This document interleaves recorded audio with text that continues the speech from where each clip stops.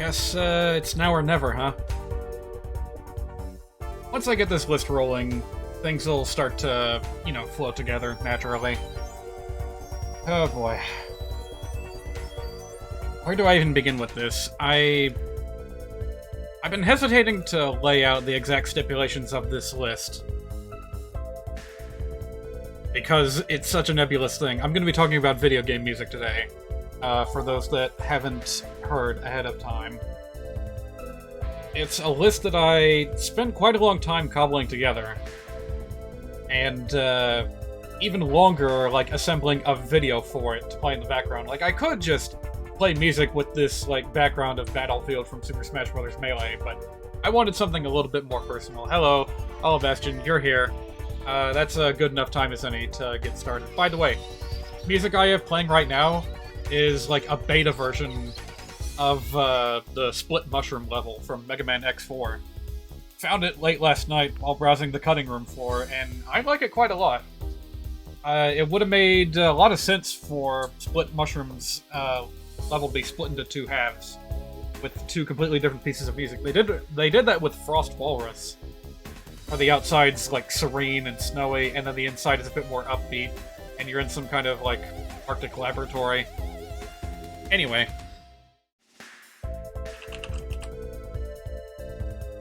So let me try and actually spell out exactly what the stipulations are for these lists.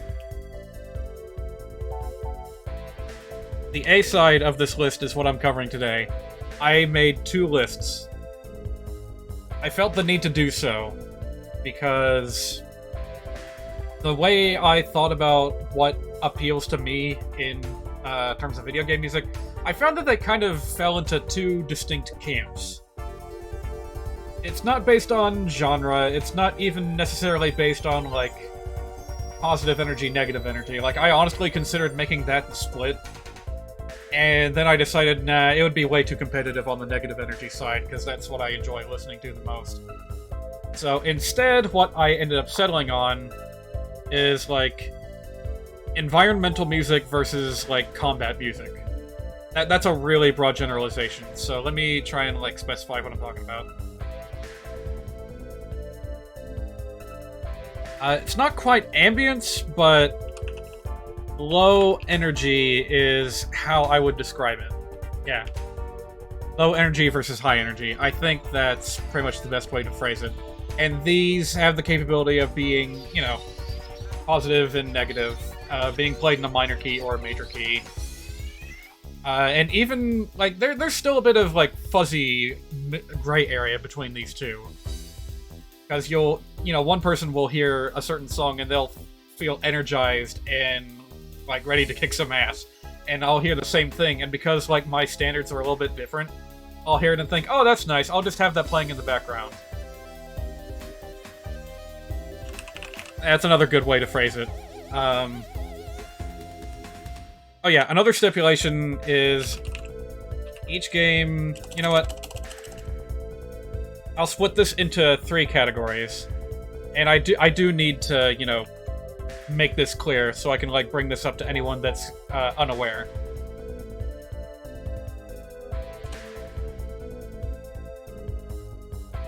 So I'll just go ahead and make a copy of this.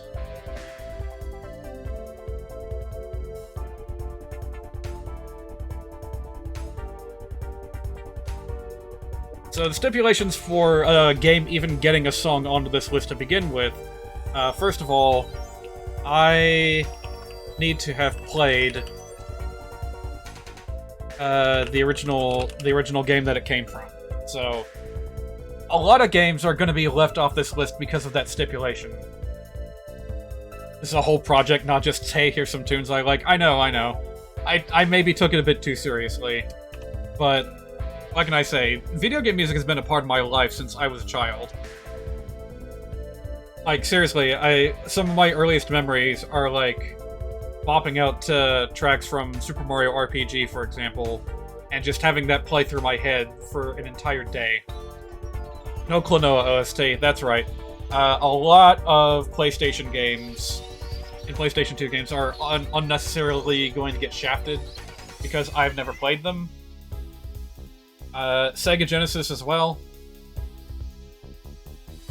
Not completely, though. There are some PlayStation and Genesis games that made it onto this list. So, I have to have played the original Source game. Only one track per game per list. That means that I basically took all the games that I had played, flipped through their soundtracks, and picked one candidate for the A side and one candidate for the B side. And the top 50 of each is what made up these lists.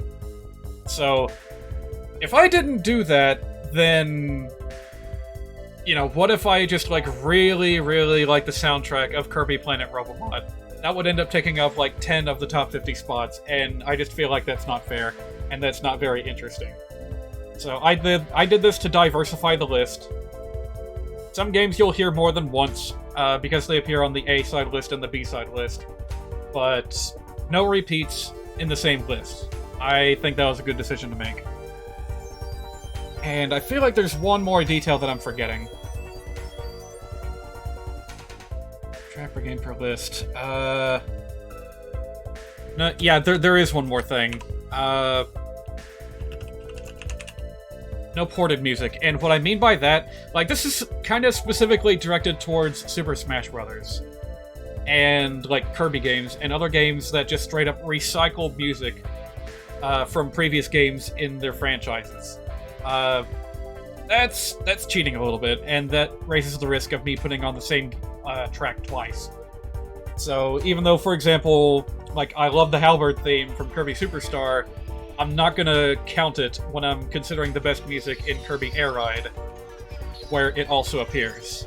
So I think that's the basics for that, and then the B-side, I'll just copy and paste this again.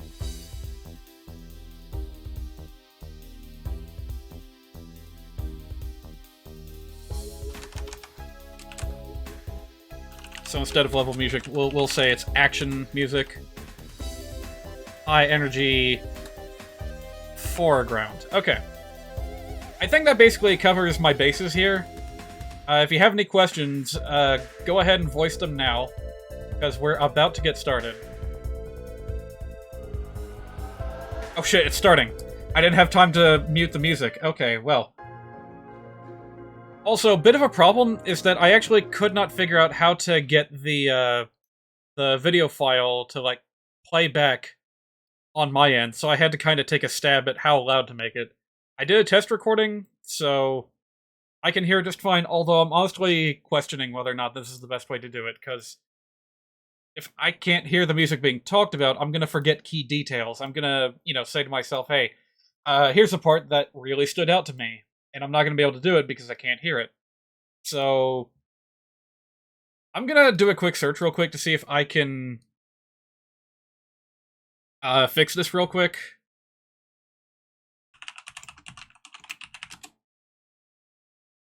Can't hear audio with video source. Okay. Monitoring. Yes, I should take another look at that. So I did mess around with my monitoring settings before, and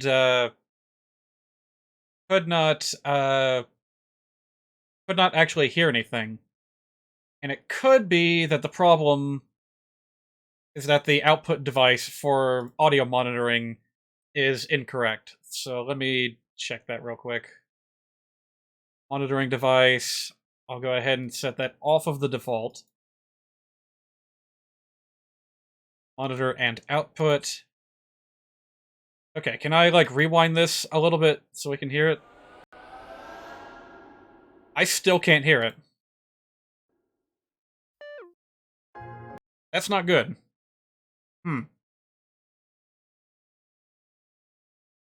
Why can I not hear this? Alright, worst comes to worst, I will just open up VLC outside of OBS and just play the video that way. Also, I'm going to be uploading this separately to YouTube after this is all done. So you'll have a chance to just listen to this. I know that you can hear it, the problem is that I can't. Yeah, I don't think I have a choice but to just launch VLC separately. and try it that way. So I'm gonna go ahead and get rid of this. And we'll just do a regular window capture.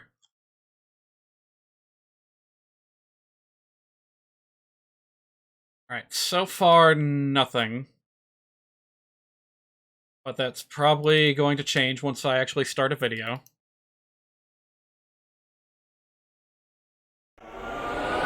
Okay, that's... Okay, we're gonna have to tweak the volume again. I still can't see it, though. Shoot! What is going on? I'll tell you what's going on. I've got the wrong picture captured.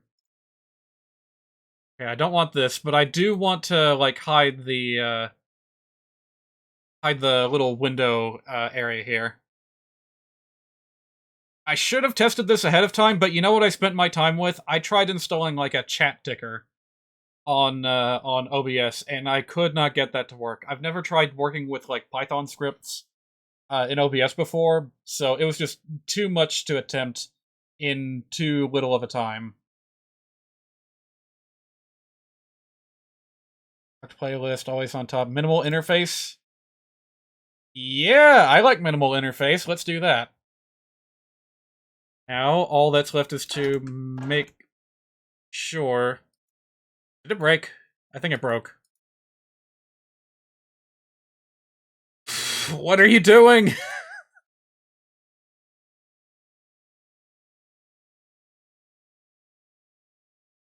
Alright, starting off with technical difficulties, as you do.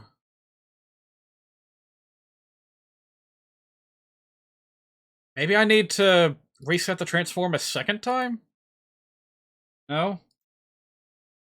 I can see my mouse, but I don't even know what this is. I thought that was part of the UI, but it's not.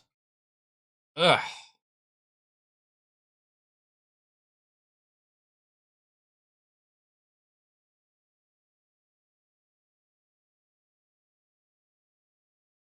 Oh jeez, went to full screen again by accident. Alright, fine. I'll do it the hard way. We'll have this, and we'll just crop it. Gosh. Yeah, this is the original Twitch experience, and still I can't... Whoa, I don't like the way this thing keeps going into full screen. Sheesh, it's being really forceful about this, and also, I don't think that it's actually capturing.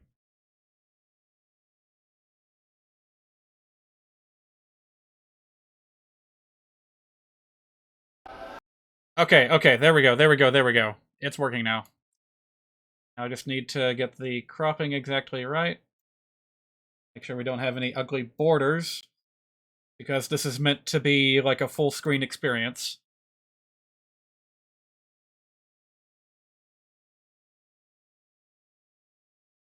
There we go. I think I got it perfectly.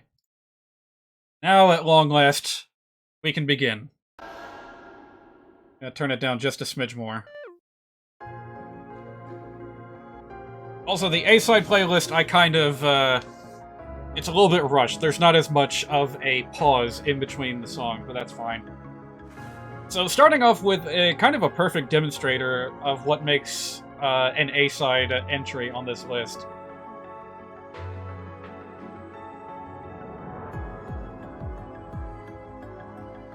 Part of the purpose in assembling these lists was trying to figure out exactly what kind of music appeals to me. And I think the Three Houses soundtrack does a pretty darn good job of that. A blend of, like, fantasy and electronic.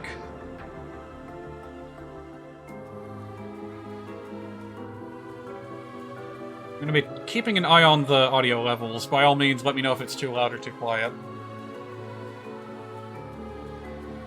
I have a bad feeling that towards the end of this, I'm gonna end up talking more about how I made this video than the music itself.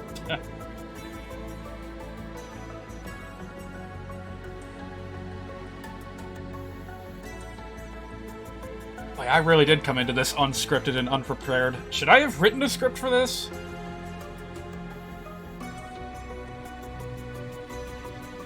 Could maybe turn the music up a smidge.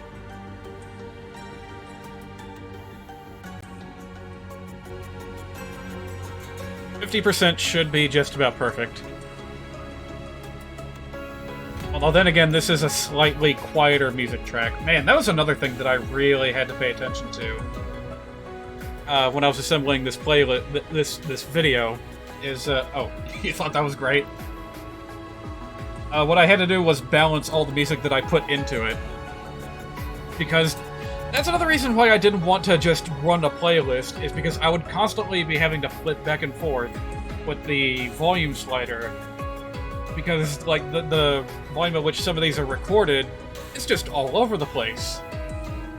I especially noticed it with Shantae music, which seems to be like blown the fuck out in terms of audio balancing. If we were to go straight to a Shantae track immediately after this, you guys would be like, I would advise you to duck for cover because of how loud it gets. Speaking of which, expect to see quite a few Shantae games appear on this list. There's a number of trends. There's lots of Sonic, there's lots of Smash Brothers. Surprisingly, not that much Fire Emblem. Like, as much as I love this series, the soundtracks can be kinda hit or miss. I think maybe they just took a long time to get the ball rolling with their sound design. Hey, it's one of the oldest entries on this list, Phantasy Star 4. When I think of, like, techno-based music, this is what comes into my mind, Behind the Circuit from Phantasy Star 4.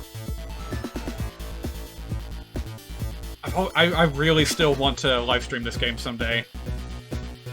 It's definitely a highlight of the old-school JRPG genre. Also, I'm glad that you guys can hear it well enough, but I'm gonna turn my personal volume up just a smidge so I can hear it better. For God's sakes, this is music that I assembled. Of course I want to listen to it. As they say, boppin'. Or in this case, boopin'. Because those, like, harsh electronic boops that carry the bass line of this track are just perfect to me.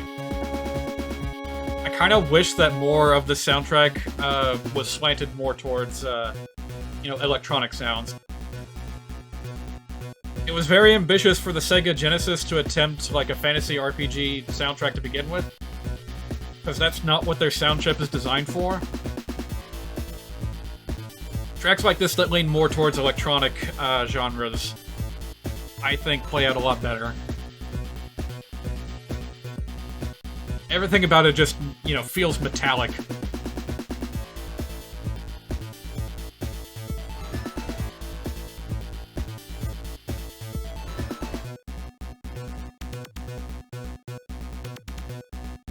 You know, I bet with a bit of modification, you can make this sound like a Kraftwerk song. Just throw in a couple of vocal synths every now and again. Computers. Electronics. Business. Entertainment. You know, stuff like that. So I'm definitely not opposed to the harsh sounds of chiptune music, or synth music in this case. That's going to come up again later in this list, and in the B-side list, quite a lot. As evidenced here with Shovel Knight, the first of many entries.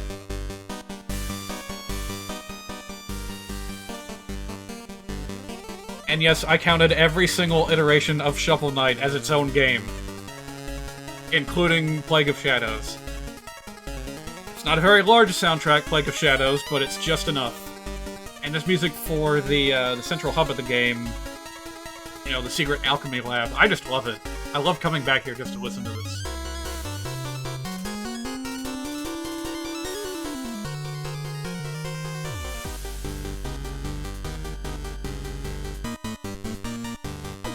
If the DLC is big enough to be its own game, may as well count it separately. Yep, that's true. Oh, right, you know what? I've got another thing that I want to add. You know what? It won't hurt to just cut away from this briefly. Oh. Yeah, since I'm running this outside of OPS, I can easily just cut back here. and modify the text on the screen. So, I have one thing that I want to add to this.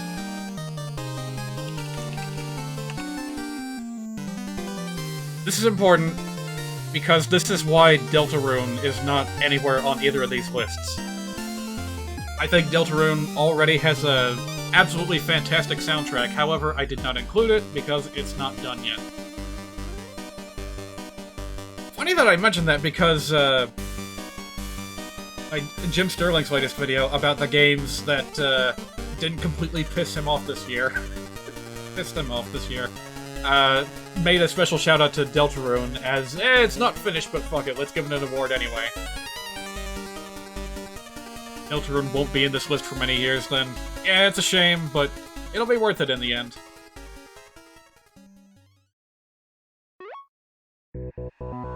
Hey, our first Sonic tune!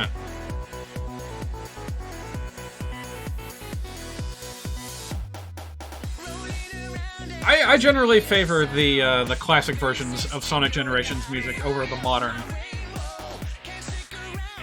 In part because we've heard a lot of it before. It's like, would I even count City Escape? Because it also played in Sonic Adventure 2? I don't know.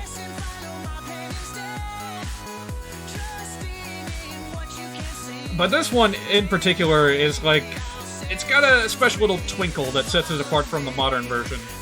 And I'll let you know when it starts playing. It's a really, really cool addition to this remix.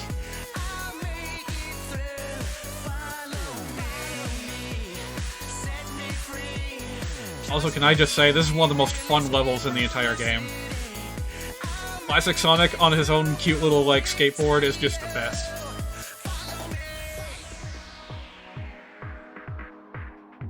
Alright, once it picks back up, that's the part that I'm talking about.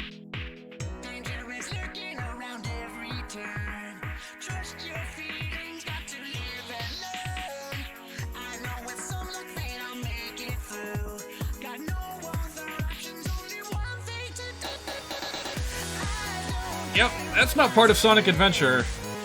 That was taken from Sonic the Hedgehog 2? Or 3? It's the Endless Mind music.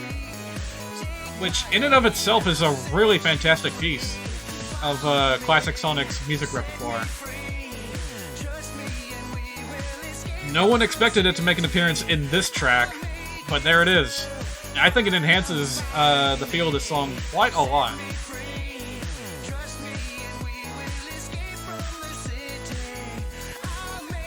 I don't have anything to say about the lyrics.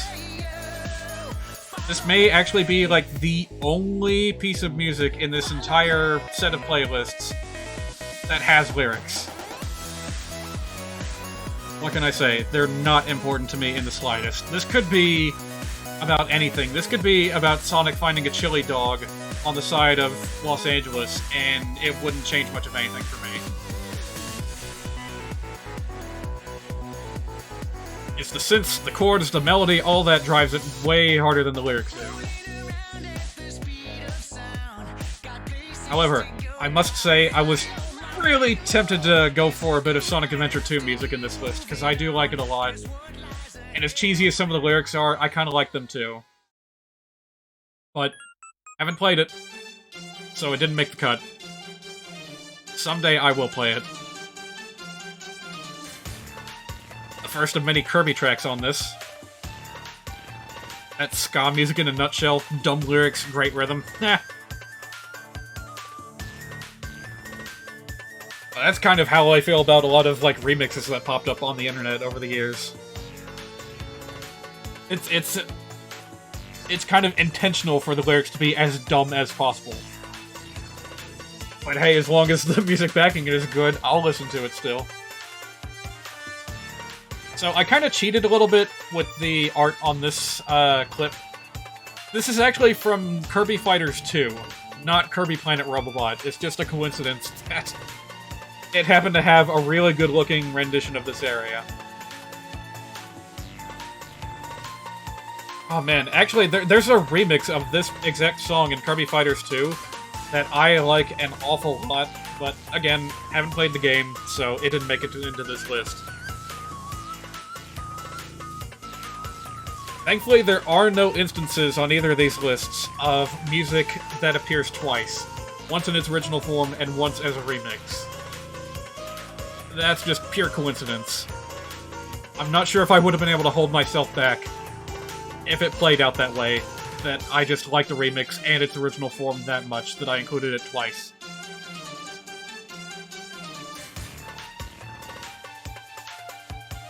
I did a bit of thinking about this particular track while listening to it one day, about the pattern that the melody forms, and it kind of, if you were to like visualize it on sheet music, it would have kind of the up and down slopes that you would see in like sand dunes. I started thinking about these sort of things a lot more after listening to Alex Yard talking about the music of Sonic 3 and Knuckles. You know, how is it visualized? How can it be visualized? Also, I thought I turned this music up when I included it in my, in the video editor, but it seems to still be pretty quiet. I'll bump it up a bit.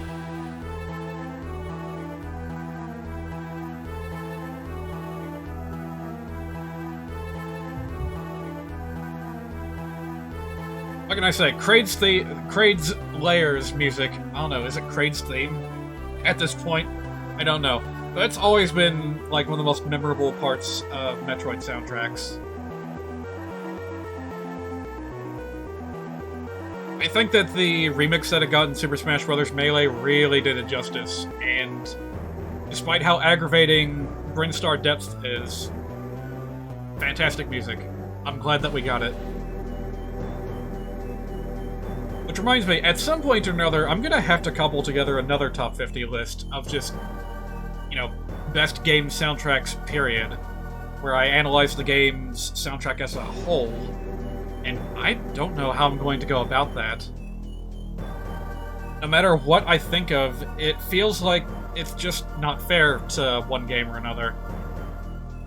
If I'm judging something based on its volume and variety, then nothing is ever going to beat Super Smash Bros. But if I go for, like, ratio of good songs to bad songs, or, like, forgettable songs, then, like, little indie titles with, like, soundtracks that only consist of 6 different tunes are going to win by a long shot. So, I don't know how to balance that yet.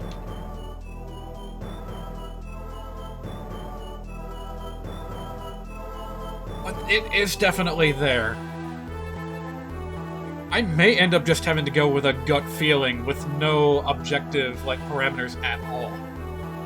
Because deep in my heart, I know that, like, the soundtrack to Melee is superior to the original N64 game, and in some respects, because it's more focused and has, like, a higher ratio of quality songs, it could be argued that it's even better than Brawl's soundtrack. And Smash Ultimate, I guess, just so bloated that I don't even want to talk about it. But is that fair? No, it's not at all. And yet, I feel like that would inevitably end up shaping a top 50 list, where I just consider soundtracks as a whole. So here's the one and only Game Boy game that made either of these lists, Mega Man 5. The one that is not based on any of the NES games, but instead sends Mega Man into outer space to fight planet-themed robot masters. And I find that a lot of these level themes are really catchy. I would love to hear remixes of these someday. And I did. Chiptune musician RushJet1 has indeed remixed not only this soundtrack, but basically every old Mega Man soundtrack. Using all his fancy chiptune chips. Feels weird to say that, but it's true. Like, he makes ample use of that Konami VRC6 chip. And, I'd highly recommend checking him out on Bandcamp if you're into this kind of music. That's, RushJet1, all one word. The 1 is a number and not a word.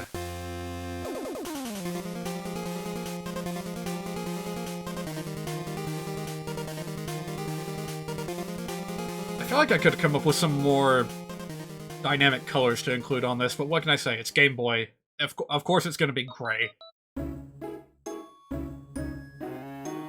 This one I felt a little bit conflicted including in this list. because it's so low-key and seemingly unimportant to anything, but I think it's the context in which this music plays that puts it a little bit over the top for me. In fact, this might be one of the only parts of the game that I look back with a bittersweet fondness. Because it's Toad Town. You go to this place on an awful lot in these Mario RPGs, but this is a Toad Town that's been completely destroyed. As evidenced by that little picture of the aliens coming to invade.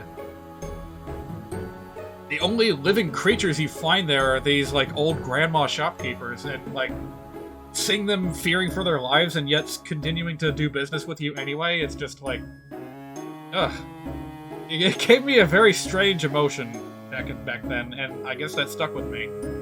Because that, like, plays in my head whenever I listen to, you know, not just this track, but Partners in Time as a whole. Just got a really depressing progression for its story events. Even the happy-go-lucky, like, Christmas village you find at the beginning of the game is, like, just laced with tragedy. Because immediately the aliens come and just wreck everything.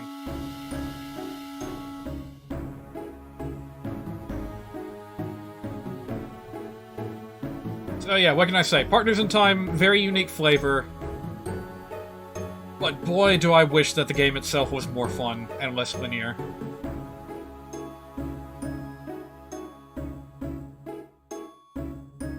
This game could use a remake, but not like the Inside Story and Superstar Saga remakes. No, this needs to be, like, reconceived as almost an entirely new game, but with the same premise of, you know, these aliens coming to invade the world. I think there's potential there. Yeah, so how much of this is going to, like, transition from talking about the music to talking about the games themselves? I don't know. I think it may end up veering more towards the games themselves until I get, like, a musician that pops into the chat to talk about things on a more technical level.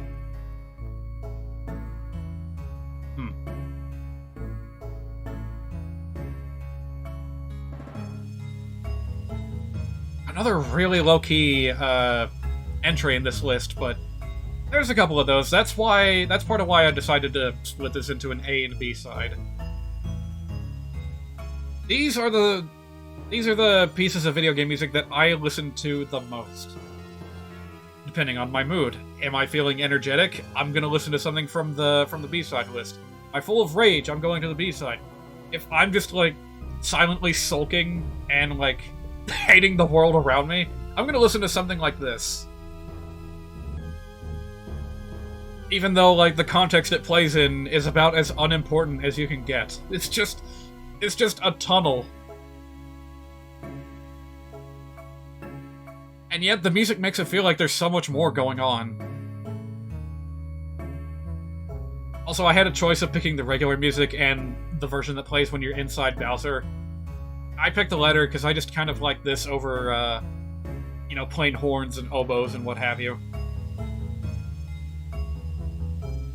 By the way, there's a certain piece of this music that reminds me an awful lot of Ganondorf's theme from The Legend of Zelda. Gonna play right about now.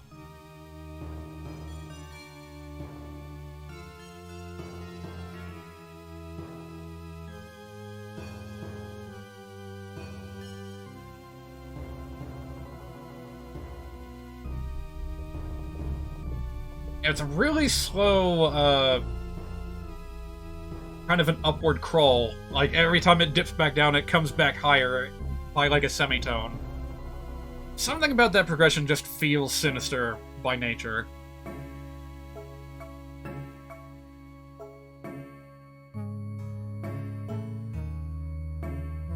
And again, I wish that more happened in this area to justify the music that backs it up. Because I think, like, the only enemy you run into is, like, a train Goomba. Well, several of them. But, like, that's it. That's it. It's so boring.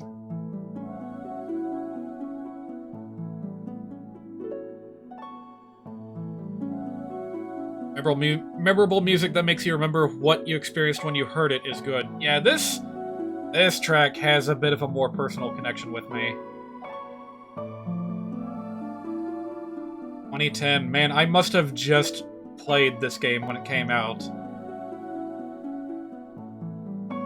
Because it was the summer of 2010 that, like, an entire section of my life crumbled from underneath me. Yeah, that whole fiasco involving a summer college course that I took. And how it just... Ugh. It didn't go well, to put a long story short. And this was the music that... This is the exact music that kept me company that night while I wept into my pillow. This and Slimy Spring. But Slimy Spring is a little bit more sparse. Whereas Cosmic Cove... Like, my god, it's kind of like Space Junk Galaxy from the first game. And that just listening to it, like, kind of fills you with a quiet, serene awe for the vastness of space. I don't know how they keep doing it.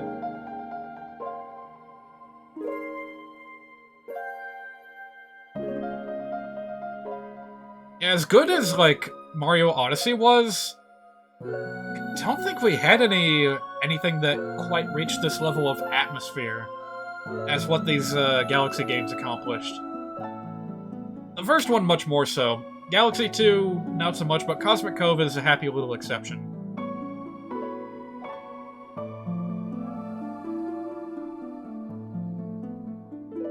By the way, this is a screenshot from noclip.website. If I could, I would have just captured, like, several minutes of footage. With, like, the water moving and the penguin, like, bopping back and forth.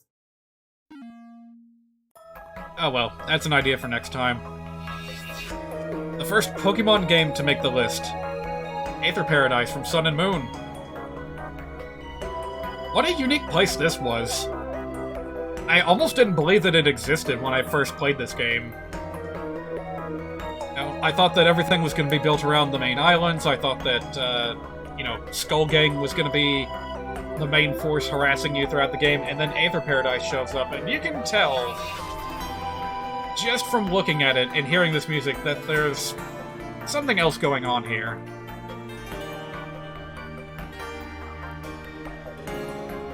It's peace and serenity with kind of a dark underbelly to it that's hard to make out, but it's definitely there.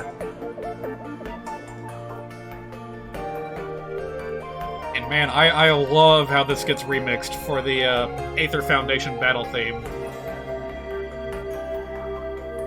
That almost made it onto the B-side list, but there was just too much competition. But hey, I'm happy to give it a home here on the A-side.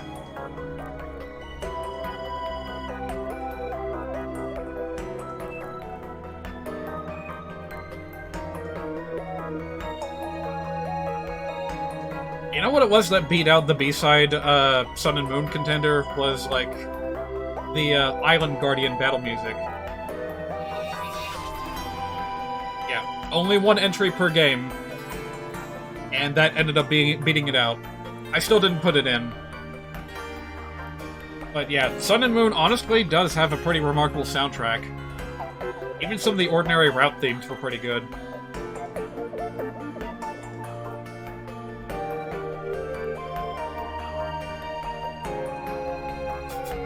How much longer until we get Sun and Moon remakes? I feel like we've kind of sped along the course to get those Diamond and Pearl remakes, and I don't know how to feel about it. Black and White is next, then X and Y, and then Sun and Moon. It's only a matter of time, people.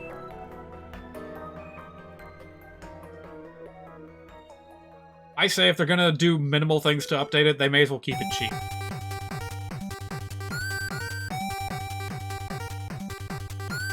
Another entry from Mega Man on this list. I had kind of a hard time picking a track from Mega Man 10 to represent it on the list. Because man oh man, the Capcom like audio team, whoever it was that made this music for Mega Man's 9 and 10, they really upped their game when it comes to chiptune competitions.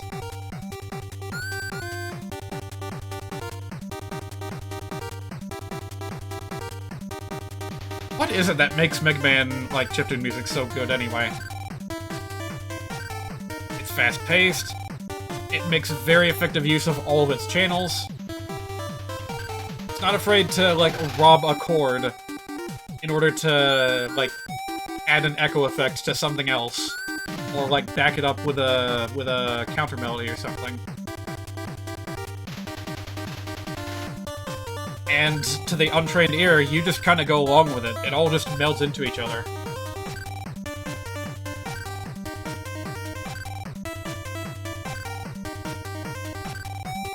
Good use of these, like, chiptune exclusive effects are also pretty instrumental. Things like pitch slides, the, what's the phrase I'm thinking of? I'm not experienced with these, so I don't know all the technical terms. I like rapid fluctuation between registers. So you're effectively hitting a C, you know, jumping from a second scale to a fourth scale to a 10th scale and back with the greatest of ease. You can only do that with electronic music. Duty cycle, that was the thing that I was trying to remember. You don't hear Mega Man take advantage of that too often, but it's everywhere on games like Shantae for Game Boy Color. You'll know it when you hear it. And there's a pretty good chance that it's going to show up at least once, somewhere on this list. I wish I could explain it, but... you know, it's not like I can imitate a computer making noise with my mouth.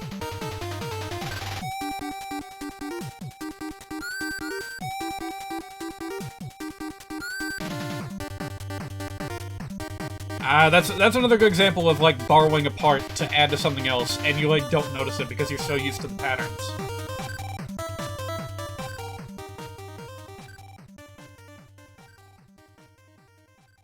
Man, chiptune music is hard to talk about.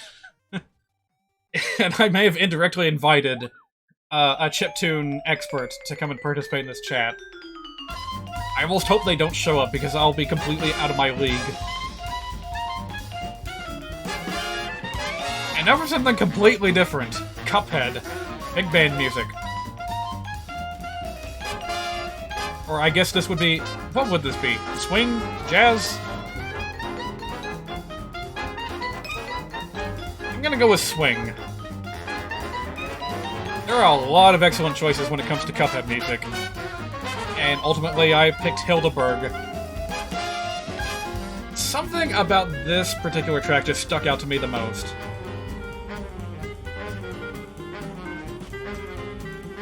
It's that catchy, light percussion in the back that just keeps me going.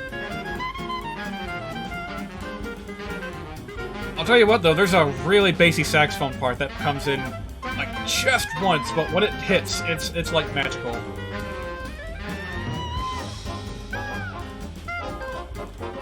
Kinda wish we got more of it, actually.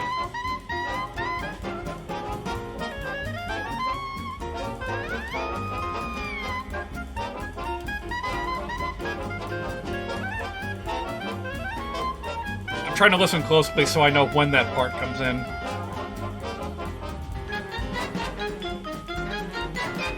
I heard once that the music in Cuphead is actually a little bit, like, randomized? I don't know how true that is.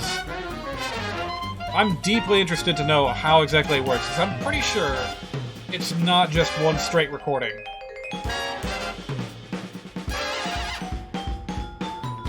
Maybe I should load the game up one day, turn off sound effects, and then just try to survive against a boss for as long as I can, and see how the music reacts. You don't think so? Huh. If it is, it's very subtle. Yeah, that's an experiment that's gonna need some elaboration someday.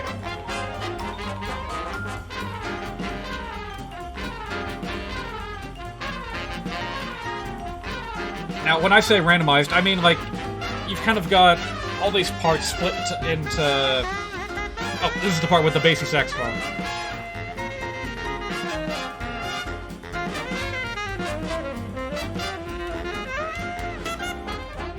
It only comes in to play that one note, but it makes such a difference.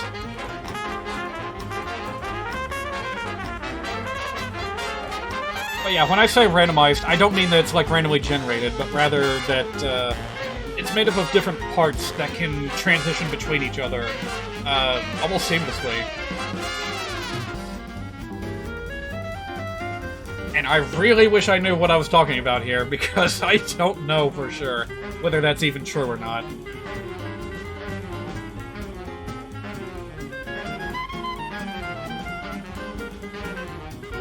It would make sense in some respects, though, if it, like, maybe if it wasn't randomized, but rather it just changed depending on what phase of the boss fight you're on. That would make a lot of sense.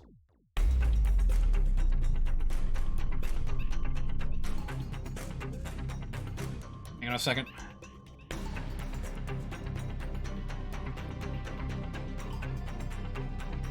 I had to get a little bit creative with showing the title here because it's got black text, and first time I put this into the editor, I didn't even realize, and I was like, hang on a minute.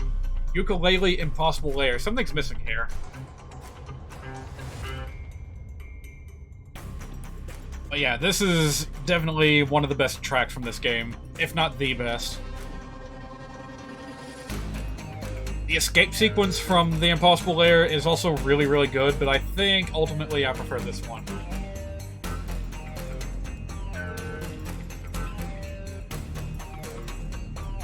I liked it so much that I remixed it, or no, I made a cover of it using sounds from Donkey Kong 64.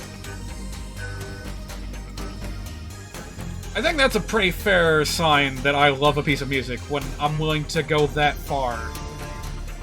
As far as to, like, cover it myself. For no other reason than just because I feel like it. I'm gonna take a moment and look up that tidbit about Cuphead, see if I'm right or not. It's just nagging away at my subconscious right now.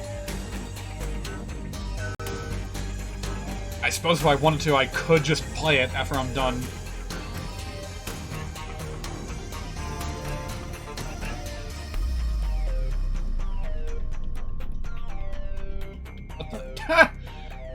Apparently, the barbershop quartet that performed in Cuphead is named Shoptimus Prime. Did not know that.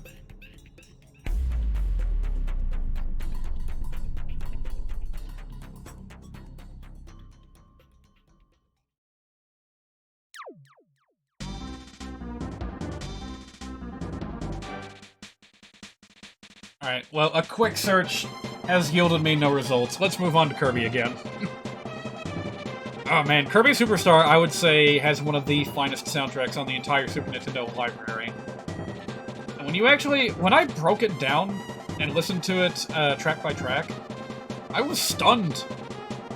It's structured like NES music, in that it only uses like 4 or 5 different tracks when it has access to up to 8. How does it pull this off? Well, I'll tell you. Rapid changing of instrument samples.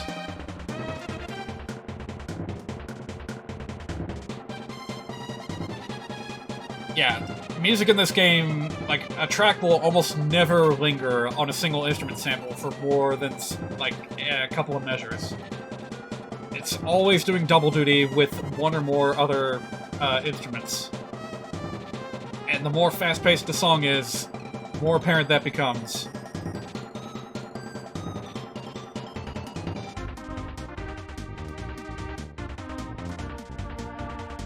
Anyway, this particular track I like the most because of this, like, C part here. You know, it goes in an A-B-A-C pattern.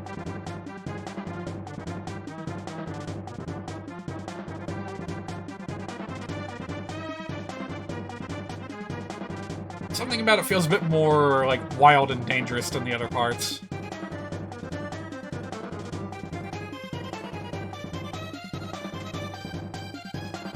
Maybe that goes without saying. It's basically jungle music with a bit of marching to it. Maybe it's the absence of the snare drum that makes it feel more dangerous. Because, like, the snare drum keeps you moving at a steady pace, but when it goes absent and you've just got the more primal-sounding drums backing up the music, that's what makes it feel more wild and untamed. Also, really love the screenshot that I found. Apparently that's a magazine scan. Well, the song's already over, so moving on to the next song. Always a risk, is that you don't know how long the tracks are gonna last. Don't know what to talk about for how long.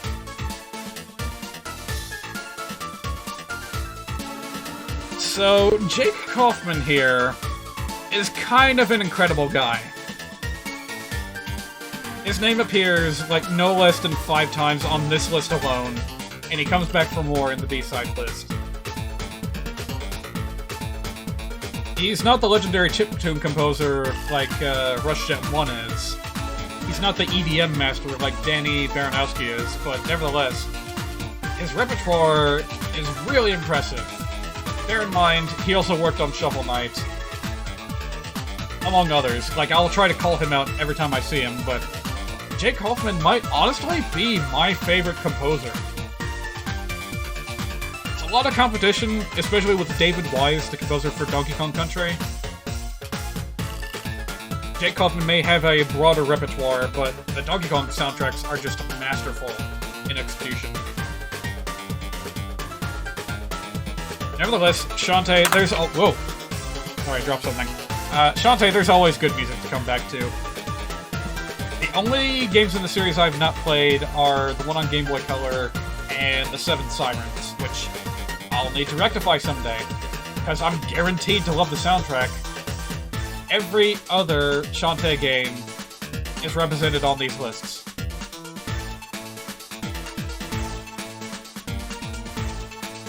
Also, did you know that this game originally debuted on Nintendo DSiWare? Really strange that I have a couple of entries on these lists that came from such obscure sources as DSiWare and WiiWare.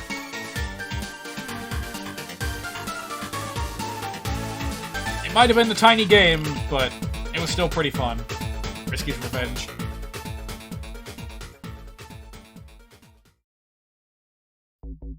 It was like the best DSiWare game ever. Hey, speaking of the Wii,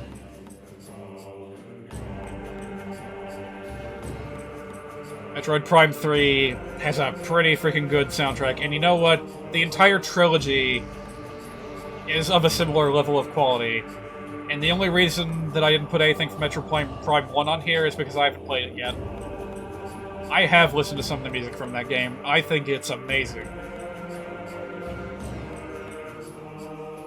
Some of my favorite tracks that made it into Super Smash Bros. Brawl, guess what? They were actually just ported straight from Metroid Prime 1.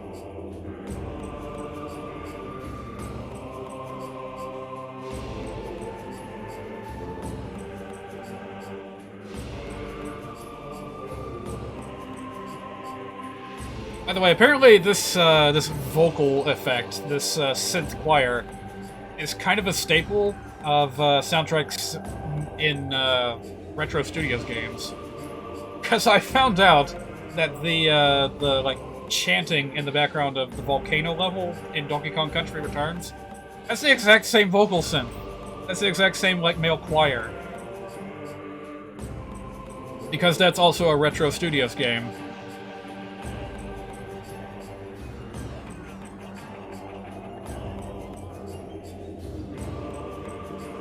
So, Bryyo, kind of a standout location in the Metroid Prime universe.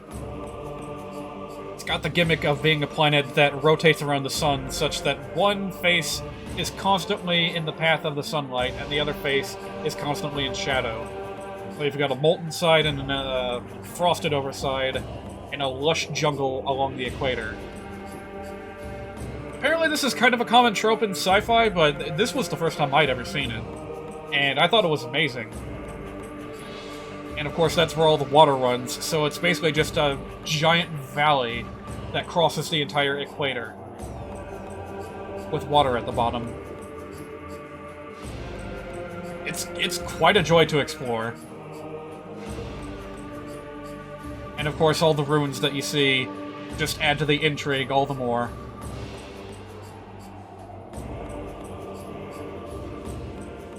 Prime 1 might have had cool data logs, but Prime 3 is just chock full of environmental details like what you see here.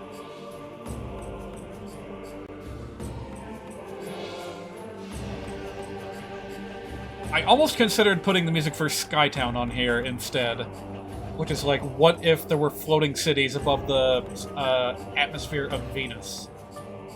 Because it's, well, either that or Jupiter. I can't remember whether the planet Skytown's on is a gas giant or not. But still, really cool concepts. I guess, you know what? Let's go ahead and get hyped for Metroid Prime 4, because it's just gonna take these concepts and push them further.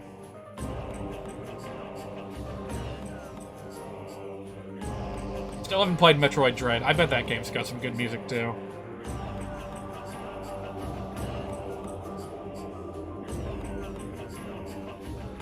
But there's kind of a big difference between the kind of environment that Metroid Dread presents and these wide-open places that you explore in the Prime games.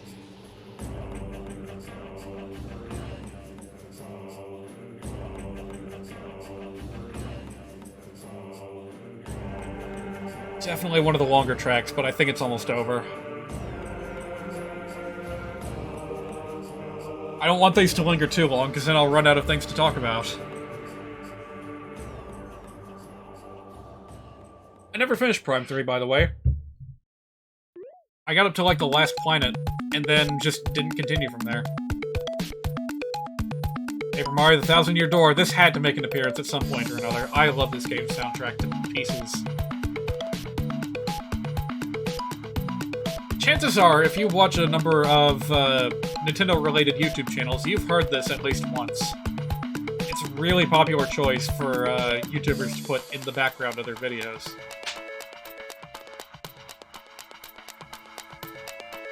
It's simple yet iconic. I don't know how they do it.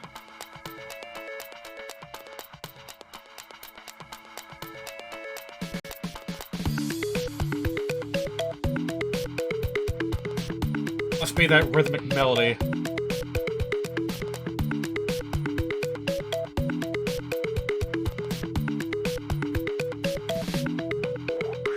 But you know what? The more I think about it, the more I think that this track is like 80% percussion.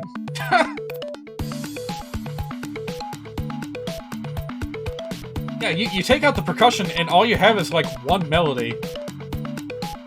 Barely even any like bass to back it up. It's kind of just a distant ambiance that plays in the back of this.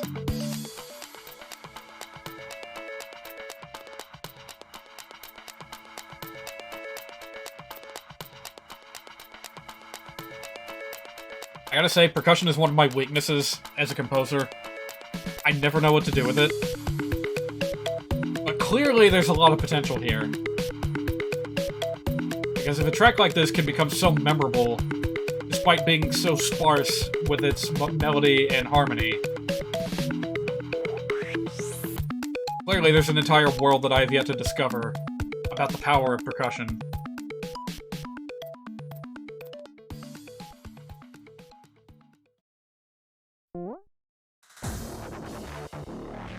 Here's kind of an odd entry in the A-side list. Endless Explosions, which has a file name that indicates that it was deliberately made to be a dubstep song. You would think something like that would belong more on the B-side list, because dubstep is like the epitome of frantic, high-energy listening, but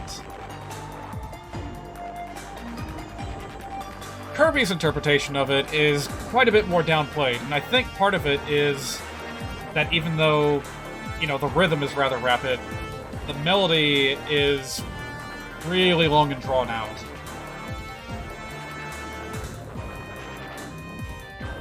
For goodness sake, you've got, like, whole notes in there. Full, you know, 4 beats worth.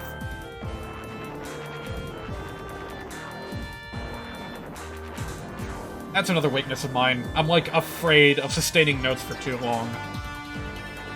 I'm worried about boring the audience, but maybe this is the key to making sustained notes more interesting, is to just have the stuff accompanying it rapid and all over the place. But because it's in the background, it doesn't completely overwhelm the listener.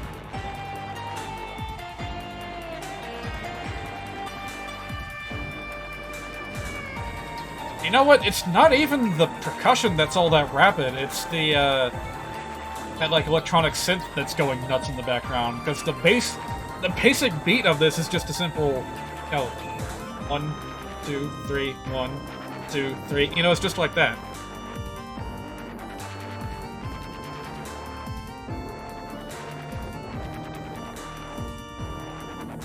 So, you know what? Maybe it's not so weird. It's just that the fact that the phrase dubstep applies to this that throws everything into confusion, but just listening to it makes perfect sense for it to be, you know, A-side material. Level music, not action music.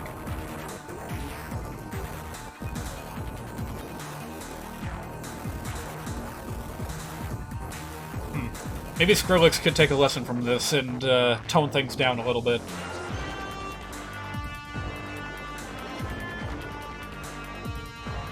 Dear God. Just imagine it. What if there was such a bizarre thing as dubstep chamber music? What an idea. Oh, Chrono Trigger.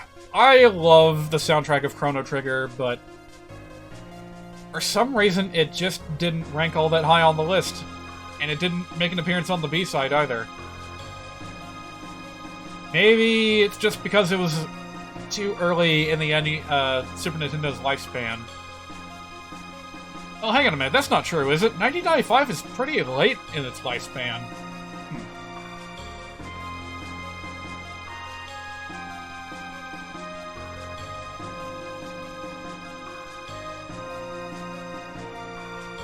Well, in that case, I just have no idea what it is about it that just doesn't quite elevate it to the same heights as other tracks on this list.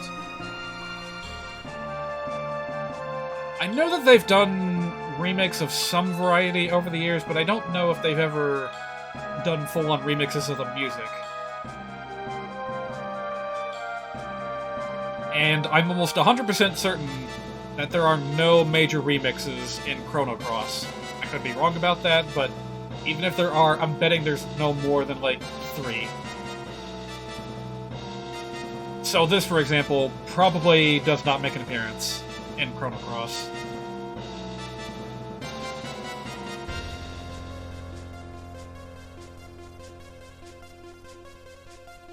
Also, this synth part right here, that the entire song is, like, built around, that's pretty much the reason why I love it as much as I do.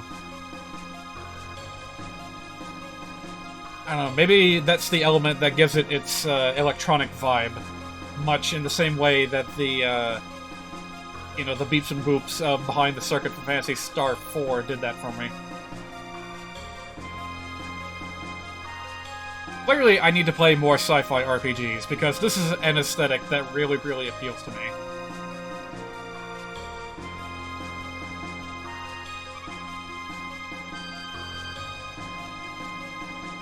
Also, I think this was the very first clip where I decided to go a little bit above and beyond with the visual effects. I have since built upon other clips in much greater ways, but only when I feel like it. If, like, I can come up with a distinct visual to accompany the music. And I can't always do that. I just finished with something for a Mega Man X game, and at first I thought I wasn't going to be able to come up with anything to accompany it visually, but then I rewatched an LP of the game, and it came to me. I knew exactly how to represent it visually.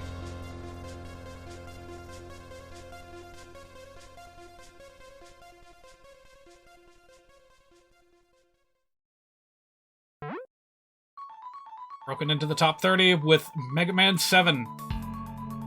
This track, I think, is really, really special among Mega Man tracks. There's something very unique about it. I keep coming back to it, and I don't think it's captured on the recording that I have here, but that initial, like, duet of electric guitars playing the right and left ear. And this is just a silly little personal detail, but I used to use this song to test for speaker problems on older computers of mine. Not only did I like listening to it, I would immediately know if something was wrong with the left or right speakers, because that electric guitar wouldn't play right.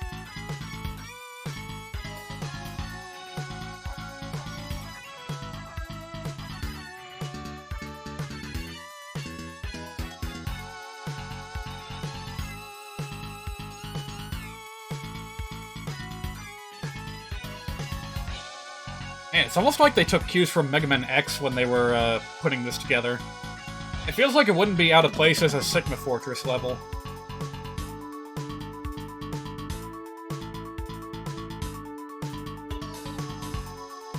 I don't know, maybe that, like, arpeggio with the... Maybe that's just a little bit too on the nose. Too cartoony sounding for Mega Man X. Who knows?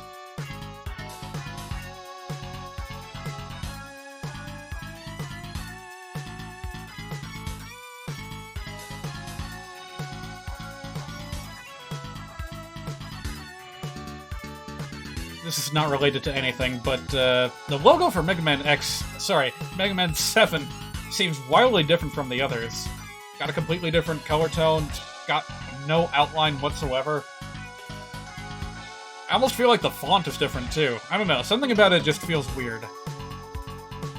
Which, fair enough, Mega Man 7 is kind of a weird entry in the classic Mega Man series.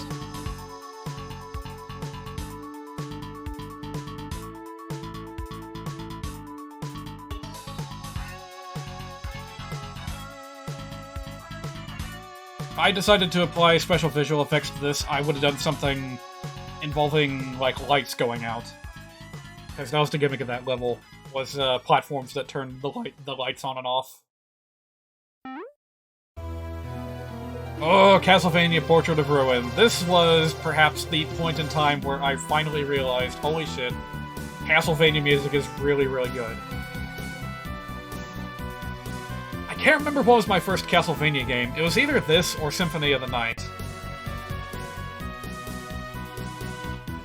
And you know what? The more I think about it, the more I think it's probably this.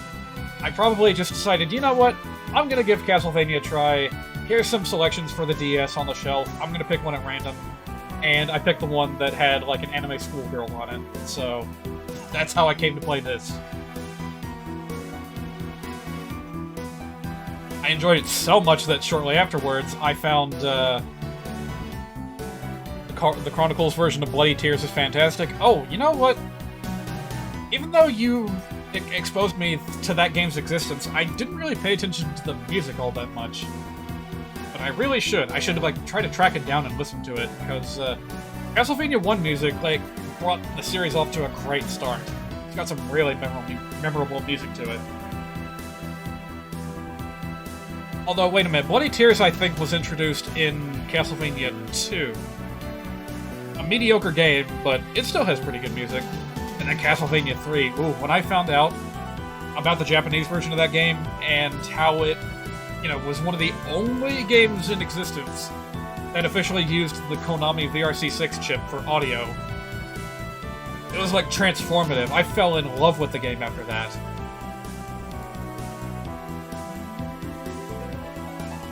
You know what? It's possible that Castlevania 4 was my first Castlevania game, because I discovered it through emulators. But this was definitely, like, a turning point for me when I played Portrait of Ruin. Oh, by the way, this is another case where the music is really good, but the environment is, like, nothing. These two schmoes were the only things I could find to represent this level. It's just, like, an underground prison, and you do nothing there. I don't even remember if you get any key items in there or not. You just go in and go out, and then you're in, like, the stairwell. I don't know. Here's VVVVVV.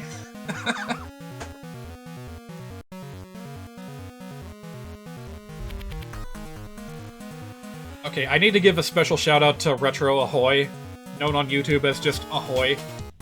He's made a number of videos in the past about video game history, but his most recent video talks about tracker music, which is exactly what this is. It is its own genre of music, and it's frankly amazing. Unfortunately, I barely played any games that use this style of music composition, so You're not going to see a lot of it here. The only other one I can think of is Sackless, which is a really obscure indie game.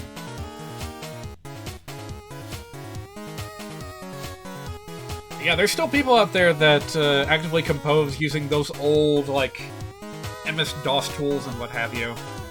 It's a great effect.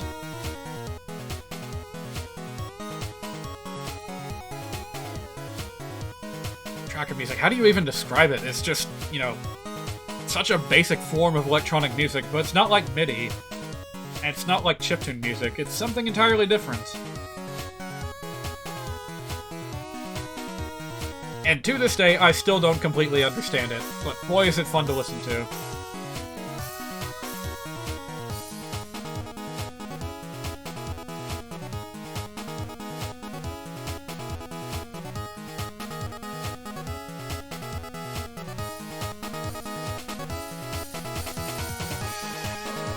It's a little bit hard to hear with the compression on this video, but and there's just one part that plays a kind of a low register that just repeats over and over and over again, and somehow it never gets old. I don't know how it works, but this entire song is built around that.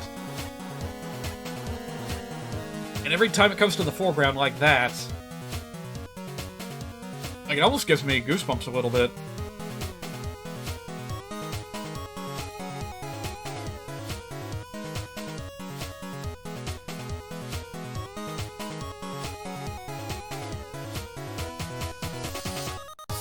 Going back to the Alex Yard theory of, like, visualizing music.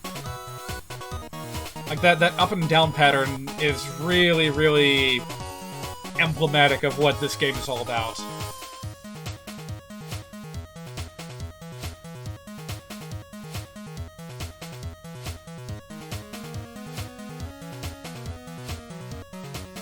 Yeah, that constant rising and falling, that's part of why it works so well, is because it's thematically appropriate.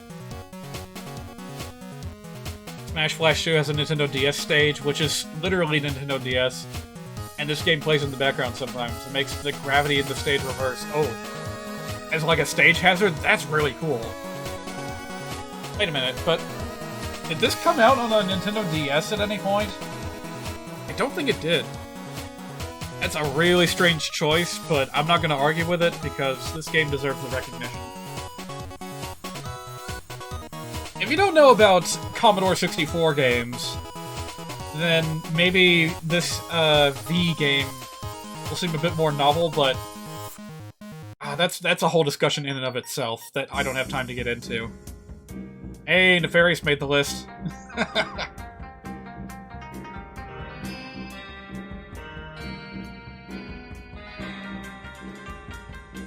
Alright, Nefarious music,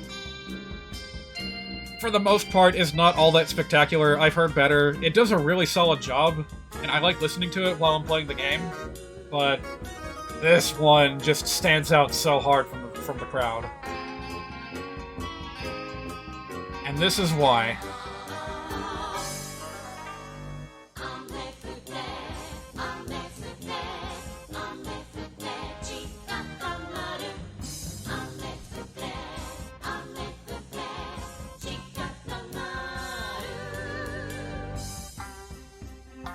I have no idea how stereotypical this music is by, like, Japanese standards, but it's really, really memorable. Really, really catchy. And you know what? The people behind it? Let me share a bit of trivia with you.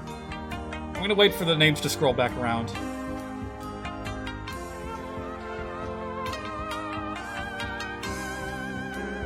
There, Toronto.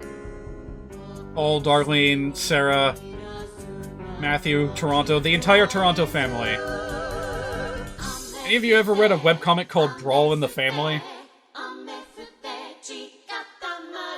Matt Toronto was the writer and illustrator for that comic.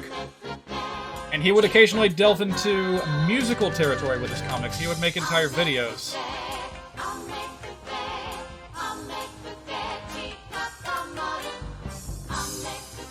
So I guess in a similar vein as Toby Fox and Homestuck, that's where Mr. Toronto practiced his musical skills. Particularly when it comes to the lyrics and singing.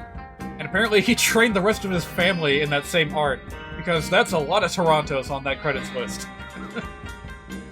I didn't even know about this until I looked up this game's credits afterwards. You know, before making this list. A little bit of detail there. Hey, going back to Shovel Knight. I have a particular fondness for the stranded ship level. Also, this is quite a bit louder than the previous song, so I'll turn it back down a bit.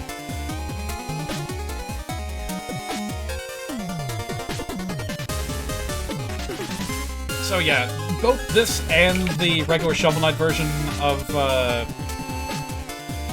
Stranded Ship level music, which I can't remember the name of, but whatever. Stranded Ship. If you played it, you know where this is. They have a very particular atmosphere to them, but this part of this track calls more to the boss fight music with Polar Knight here, which I always thought was a standout part, and I didn't really notice it all that much in the original competition, so it's really cool that Jake Kaufman went back and like re-emphasized that part for this remix here.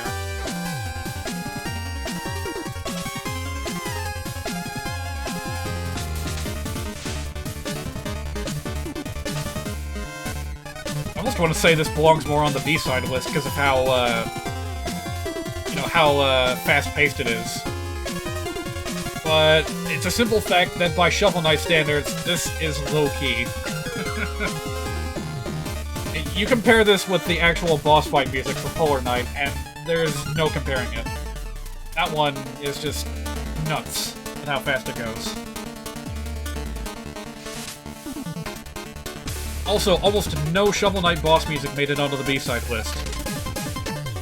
I love Shovel Knight music, I love Jake Kaufman's work, but the boss music in general is just too hectic and chaotic for me to enjoy listening to outside of the game. I do have an upper limit on how much energy I'm able to intake. And something like this strikes a pretty good balance for me.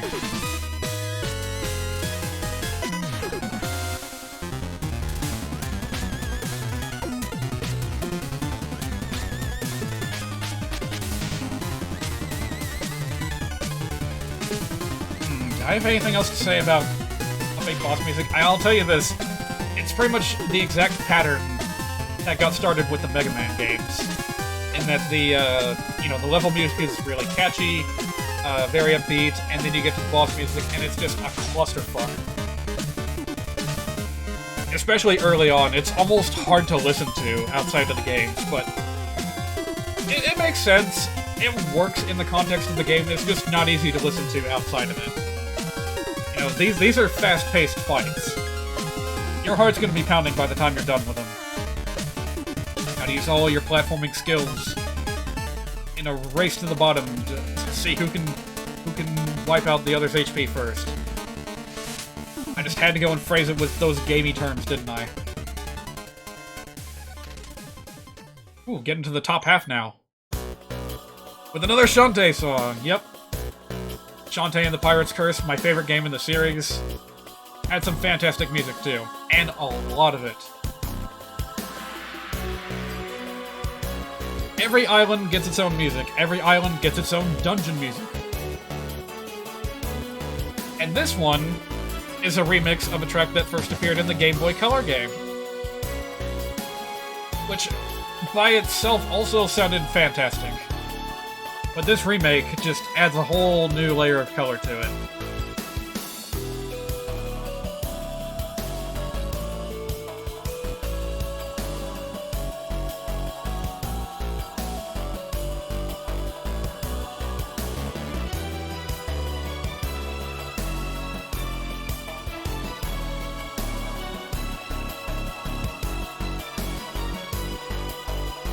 Hindsight, there were... Oh, wait. I forgot about this part.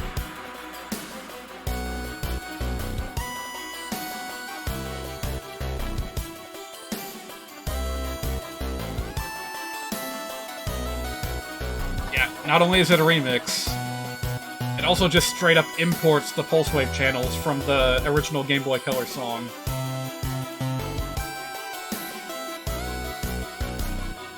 And I think that is the point that I ended up coming to. Like, that's one conclusion that I came to while assembling these lists, is that I love that.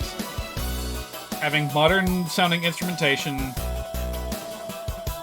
lots of depth to the music, but there's also very basic, chiptune effects carrying the song along. You know, kind of a marriage between past and future. Or, well, present, I suppose. Yeah, who knows what future music is gonna sound like. Ugh. That's not to dwell on that. So, between past and present, I think that link is important to have. And considering how versatile chiptune music is to begin with, I think it makes perfect sense to keep an element of that even in modern game music. Hey, here's another really old one, though. Ghost ship painting from Rondo of Blood. Which, man, I had no idea that Castlevania Rondo of Blood was this old. This was just 2 years after I was born. I had no idea that we had come so far with game technology. I was still getting used to, like, Super Mario Bros. 2 and Super Mario World. When on the other side of the world, people in Japan were getting PC engines and all kinds of crazy new consoles, PC-based. They got CD-quality audio, they got fancy graphics, they got all kinds of cool things that I just never even knew existed.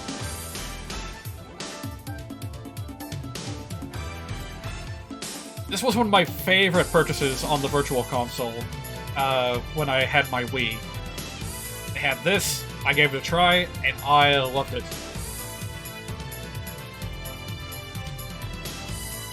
Yeah, you know what? I think that the mid-2000s were very much an awakening for me when it comes to Castlevania. I exposed myself to Super Castlevania 4 through emulators, this through the Virtual Console, Portrait of Ruin on DS, and then Symphony of the Night through emulators again. Did I put something from Symphony of the Night on here? Yeah, I totally did. We haven't even gotten to that yet, but Symphony of the Night is its own, like, grand castle on top of the hill. I don't know what that means. It's a crown jewel on the throne that Castlevania's music is.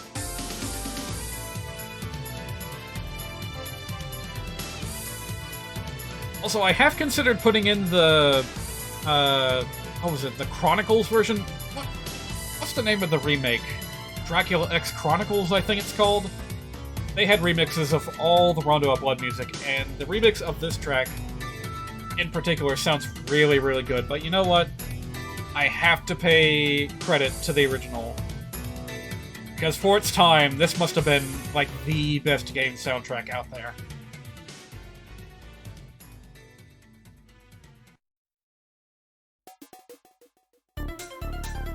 And now we're kicking it back to the present with Sonic Mania!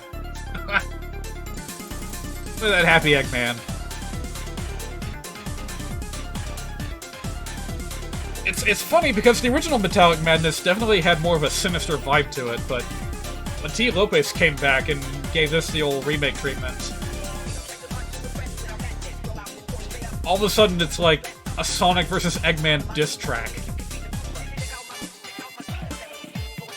Like, if you were to break down the lyrics, I'm sure it would be, like, patently ridiculous, but it doesn't matter, because this is a really, really catchy and terrific remix of this track.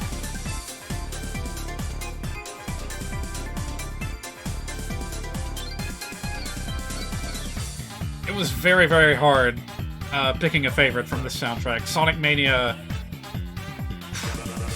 If I do get around to ranking, like, soundtracks as a whole, Sonic Mania is going right up there to the top.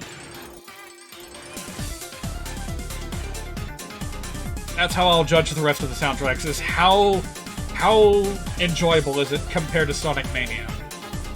That'll determine whether it goes above or below the 25 mark.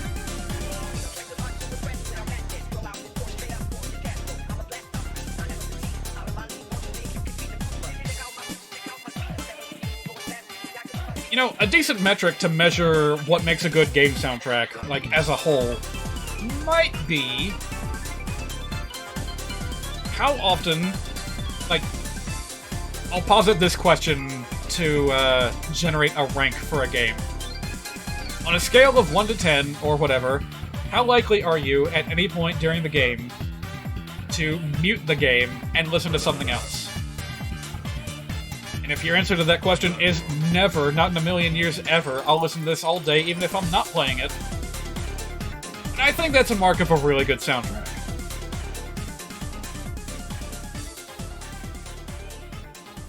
So, yep, Sonic games are probably going to rank really high in that list whenever I get around to making it. Hey, going back to Pokemon for a second. Kalos Power Plant. Disappointing dungeon, but fantastic music to accompany it.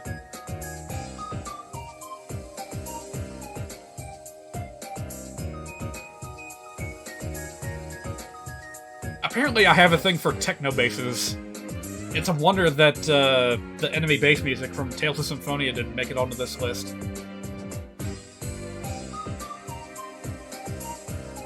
There are a number of people who like to mute any game's music in favor of hip-hop or whatever it is they like. Oh. Well, that's a shame.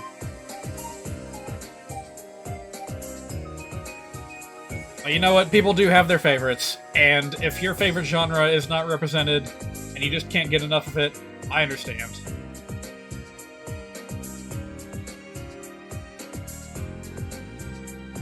But at the same time, if you're way into dubstep and you're disappointed that the latest Mario game doesn't have any, maybe tweak your expectations a little bit.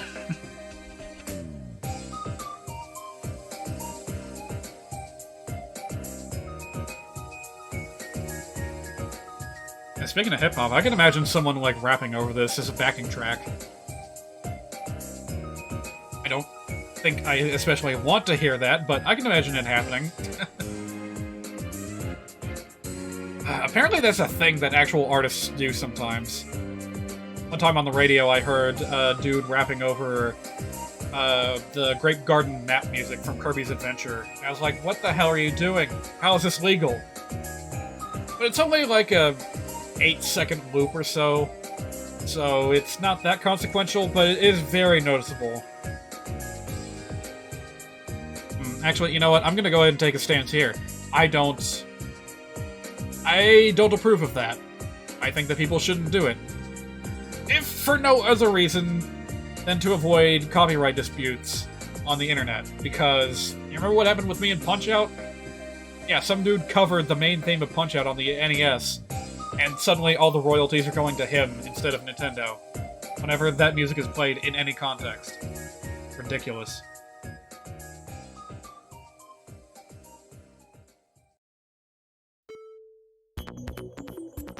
Oh. This track. Man, oh man. Techno Zone. One of the best, like, nighttime ambience tracks that I have ever listened to. When it came back in Kirby Triple Deluxe as, like, you know, recycled music for an extra stage, I was like, whoa, where did that come from? I remember that from Kirby's Return to Dreamland. And actually, I still don't know what level this plays in. I need to replay that game to find out, but... Yep, there's the Return to Dreamland, like, leitmotif. It's barely even there. It barely even needs to be there, because the rest of it feels... so... I want to say, like, powerfully chill. Something about listening to this just kind of suppresses all the energy in the air and makes everything go still.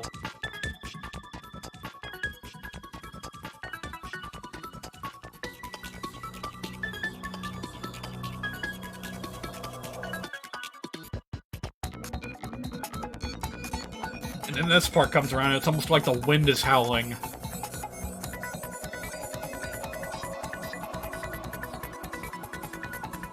I used to be a big fan of, like, Factory Inspection from Kirby 64 as, like, one of the ultimate mechanical-sounding pieces of music to accompany like a robotics area. But I can safely say that I enjoy this track even more. Even though it doesn't have a proper name, I could not find a good name for this. I had to just name it myself.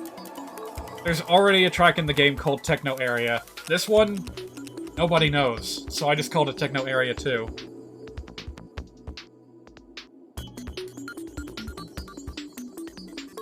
It doesn't help that all the Kirby levels are numbered rather than named.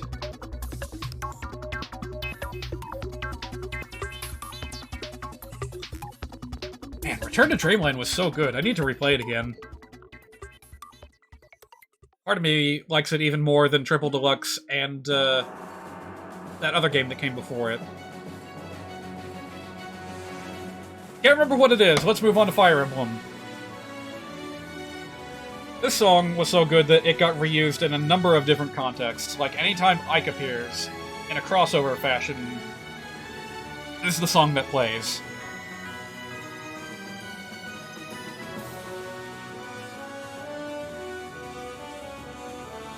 It almost feels like it's built up to be Ike's main theme or something.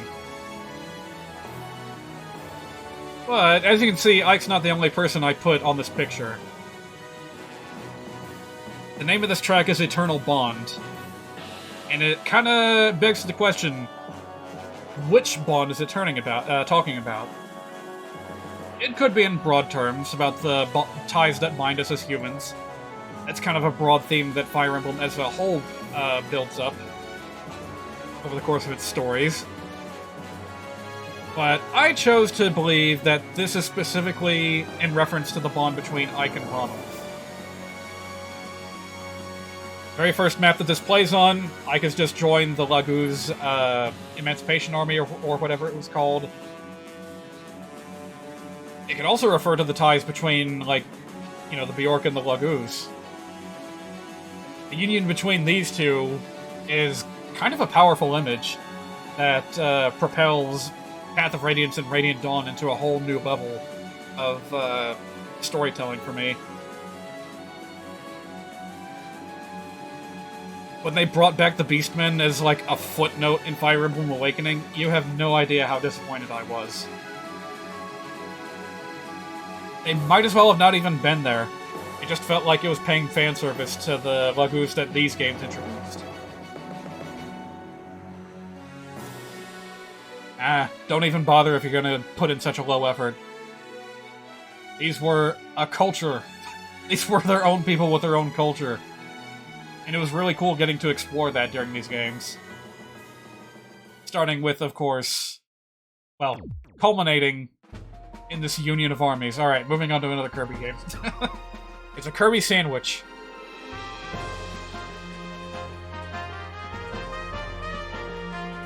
Star Allies also has an absolutely massive soundtrack with a lot of good tunes to pick from. Ultimately, I went with this one.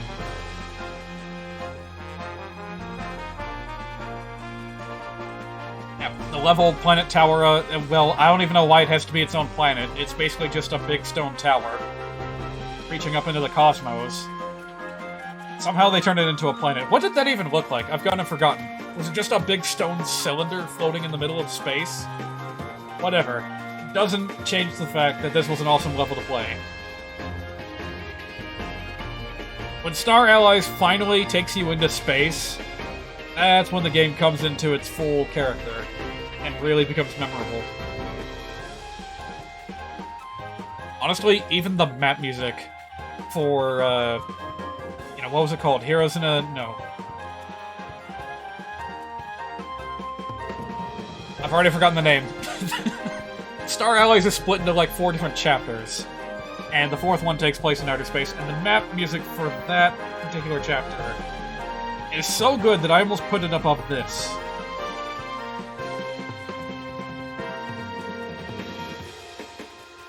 But ultimately, I think that the percussion that accompanies this ended up winning me over.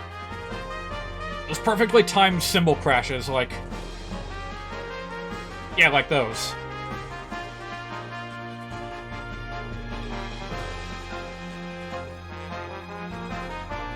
Keeps me marching. Keeps my attention focused.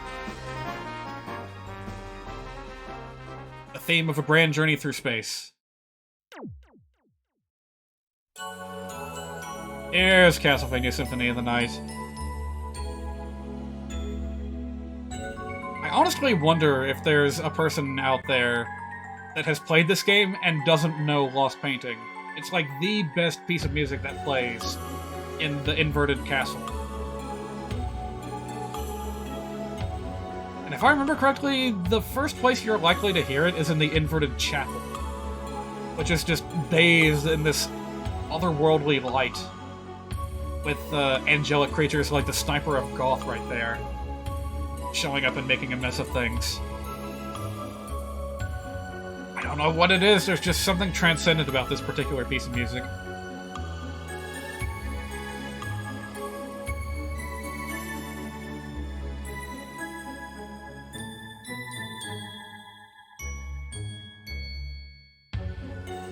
Maybe it's precisely because it's so different from the rest of the soundtrack that it stands out so well.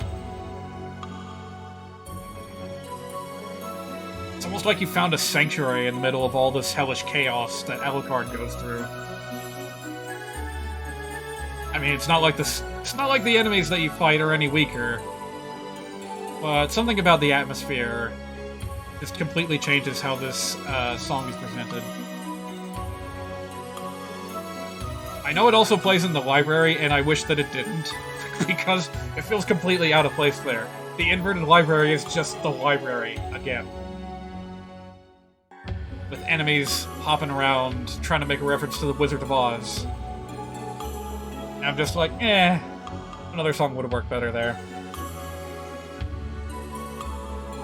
Inverted caverns, inverted chapel, though, they're perfect there.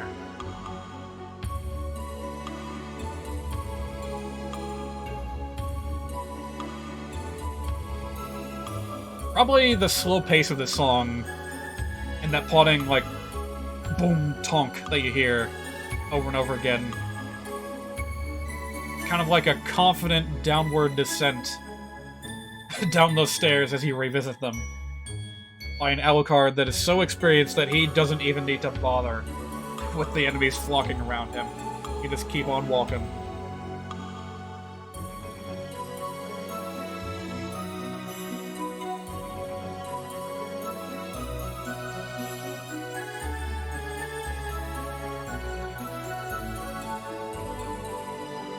Snoopy? I don't know who Snoopy is. I ran into some strange names when I was gathering the lists of credits for these songs.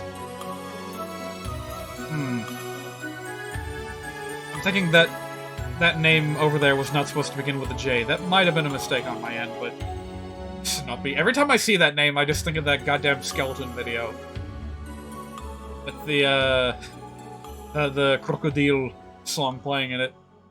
Snoopy! Going back to Sonic, we're kind of in a loop at this point. Kirby, Mega Man, Sonic, Castlevania, all the greats, back to back. Here's another one, the Egg Carrier. Goddamn, Sonic Adventure had an amazing soundtrack. This was like the next step up from the 2D games. And God, what a leap it was. This is like perfect for the theme of Eggman's base of operations in this game. Got all this electronic noise happening left and right. And then you've also got this jazzy progression that keeps everything going. And then just for shits and giggles, a theremin comes in. As if you've just boarded an alien spaceship, which, you know what, it kind of looks like that, a little bit.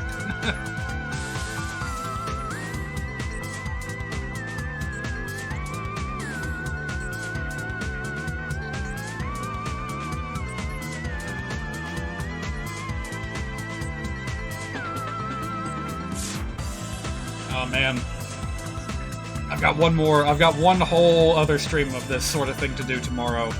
And unfortunately, I have not finished every clip necessary for that. I've got 3 left to go. I ran into a problem with one of them last night, and it ended up breaking something. I actually ran into another problem at the very end of that, I realized that one of the songs that I inserted cut off too early. So I need to go back into Audacity and fix that. I might need to just re-record it, get a new render of it. Ugh, it's awful that this is happening all near the end. Final 3 clips and I'm still running into problems. Well, worst case scenario, the show will go on, and I'll just have to skip one. I don't want to, because it's from A Hat in Time, but I may have to.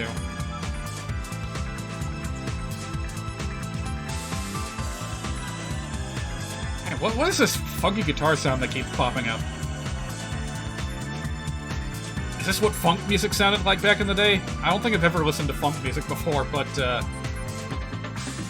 goddamn, I love it. Something about it just fits Eggman's persona in this game.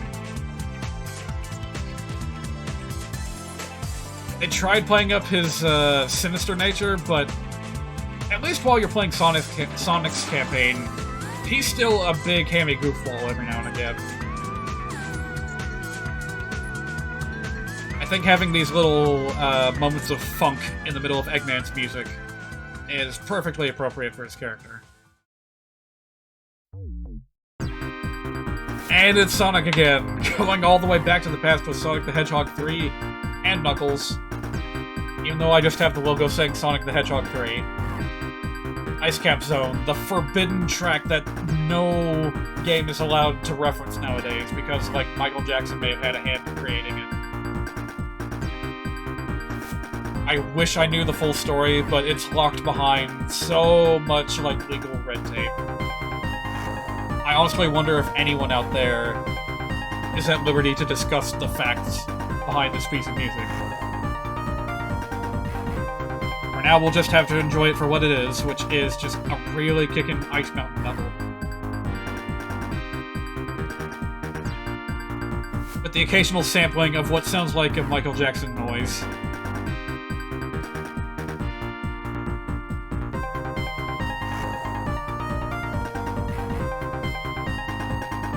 Oh yeah, wasn't there like a glass-breaking sound effect that Sonic 3 sampled a lot? I wonder if that plays in this song.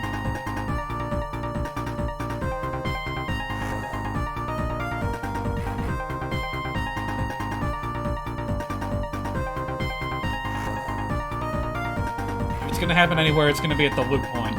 So... no. I'm thinking of something else. It's launch-based zone that has the Michael Jackson like glass-breaking sound. But there it is. There's that little sound. I don't know what that's from.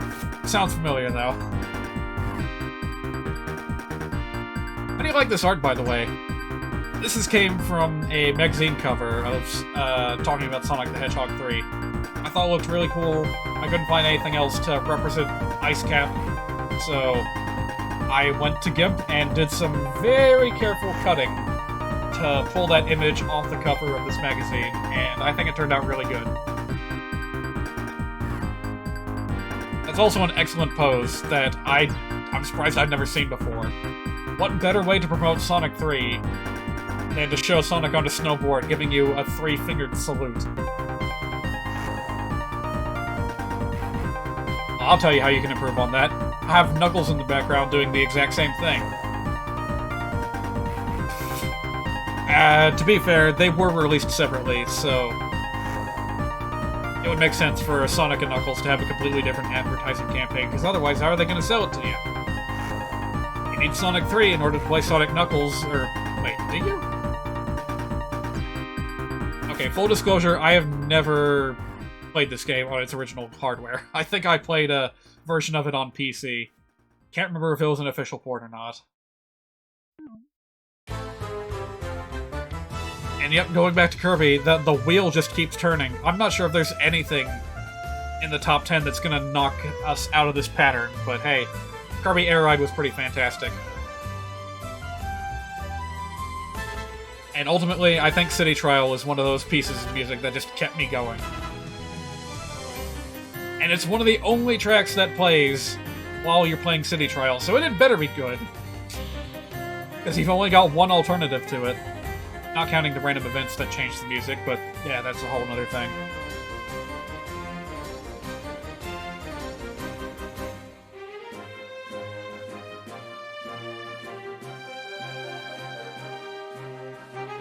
I can't really say that this captures the vibe of a city, but it certainly does capture the vibe of open-ended exploration. This song goes a lot of places. You never know what you're gonna find. Just like in the game, when you're zipping around at high speed, looking for all kinds of goodies to pick up.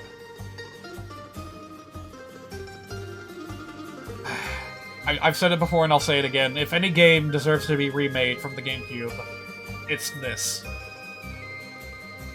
Kirby Racing was such a brilliant idea.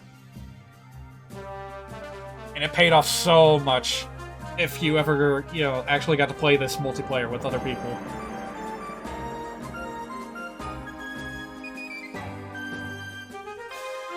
And it's not just that it played good, it looked good. Look at those designs for the air ride machines. They look fantastic. Even that one in the background, it's all blurred out and all crusty from the JPEG, but I can still tell what it is. I still remember exactly what it does, because each machine, their visual design lends so much to what they're capable of.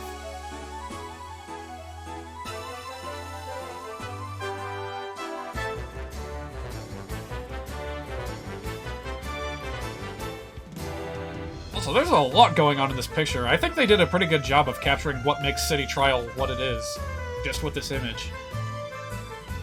So many weird random events happening in the background. Dynablade, meteors, flying saucer. It's good. Hey, it's Undertale. Had to show up eventually. That's the thing that broke us out of our loop.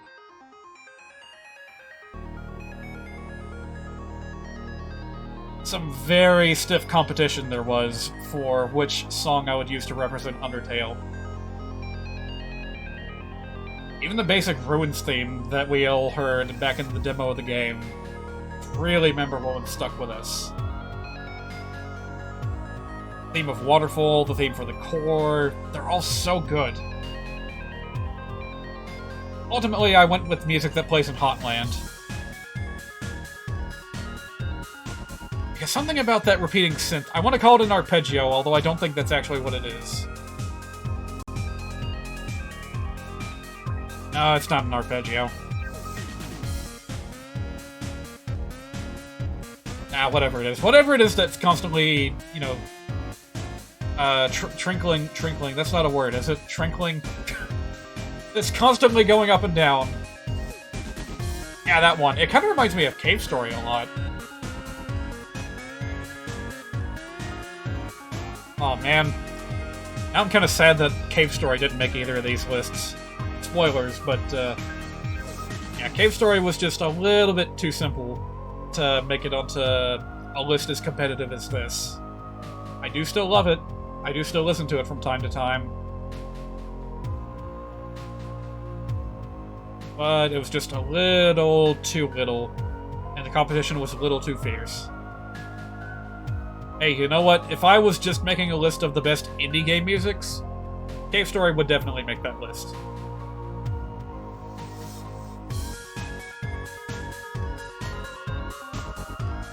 Also, kind of a random choice for what to use to represent Hotland. I'm sure other people would have used Metaton or the Spider Girl, but ultimately these NPCs stuck with me more. I don't know, it's just so bizarre seeing like a weird slime creature and a fire elemental wearing schoolgirl uniforms. I don't know.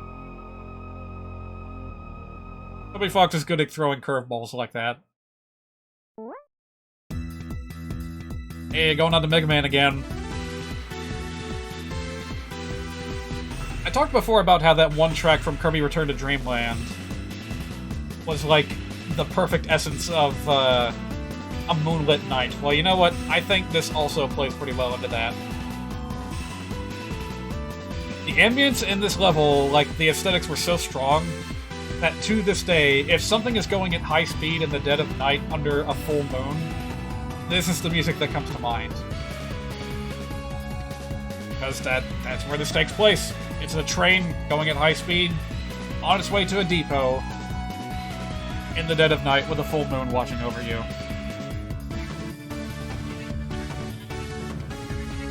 Might be a little bit too similar to Slash Beast's level from Mega Man X4 now that I think about it, but the you know, the visuals are so different, I don't even mind. Hey, wait a minute, this guy's also got Slash in his name. Okay, maybe they were cheating a little bit here.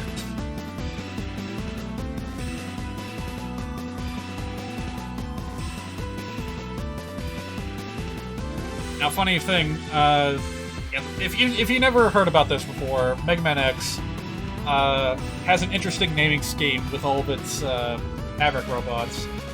X5 decided to change things up by naming all the Mavericks after famous musicians. In this case, Slash. I mean, it's a funny joke, but I still kind of prefer the original naming scheme better. So, in Japan, this Maverick was known as Crescent Grizzly instead. A reference to both those sickle-sharp claws and the light of the moon.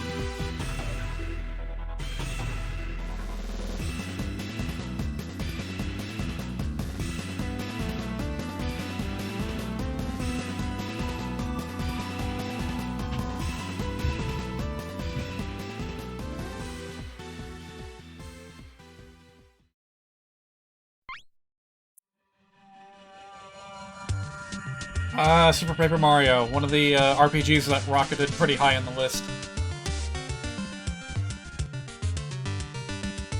Fun little detail about this music. I enjoyed it so much when I was younger. Before even graduating high school, I took it upon myself to record this entire game's soundtrack. Myself. I couldn't find any uploads of it anywhere. It had just come out. And I was nuts about it. So what did I do? I took those audio cables and somehow plugged them directly into my own PC. I don't even remember how I did that. I guarantee you it wasn't a good method. The end result was crusty, and I couldn't even get clean rips of the music most of the time. There would be environmental noises, there would be the sounds of me opening up the menu. I didn't know how to edit all that much, so loop points were, like, just awful to listen to because there would be pops because I didn't know how to find zero crossings. Memories. How far I've come since then. Of course, nowadays I don't even really see the need to record music from these games anymore because it's become a pretty simple process to just rip the music directly from the games. And if you have the original files and a compatible plugin for your media player, then it's no problem to have them loop forever like they do in the games.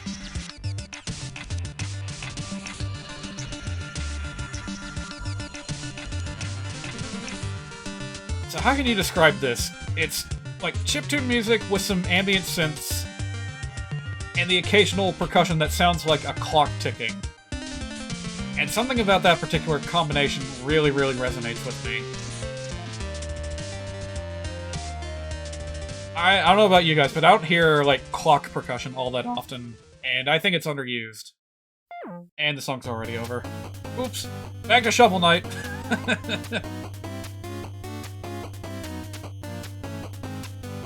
Who could forget Plague Knight and the Explodatorium? Flowers of Antimony is a bit special in the Shovel Knight soundtrack because it was not composed by Jake Kaufman, but rather a longtime composer for the Mega Man franchise, Manami Matsume.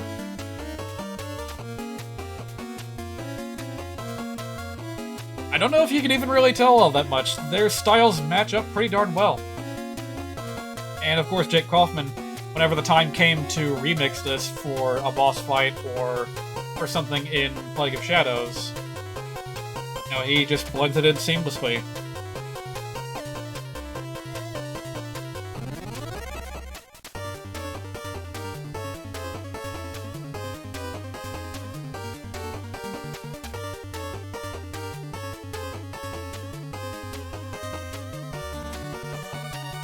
I've actually tried to cover this music before, and I couldn't. You want a case study in, like, chromatic tones in music? no further than Flowers of Antimony. It just crawls a couple of steps higher in the scale, and then it crawls back lower, covering all the tones in between, and somehow it just works.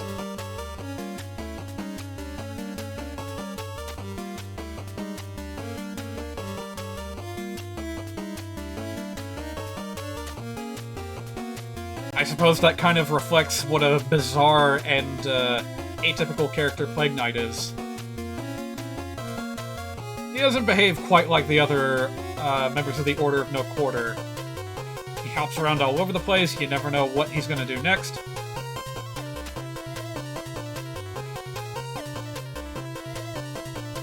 When he's teleporting, you don't know where he's gonna appear. So that kind of reflects the semi-random feel that this music gives off.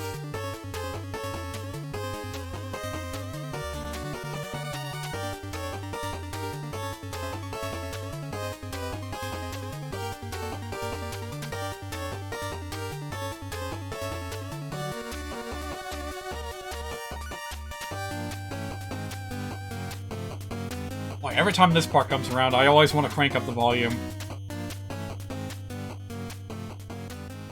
It's so simple, but it works so well.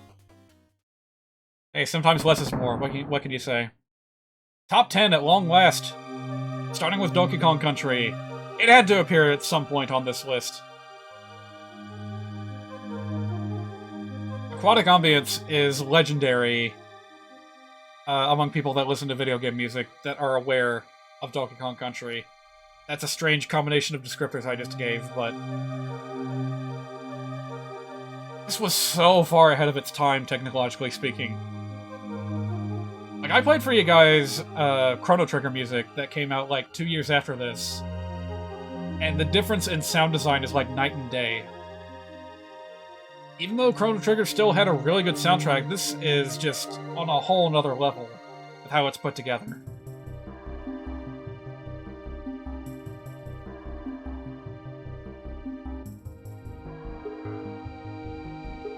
There's a certain thing called a pad when it comes to electronic music.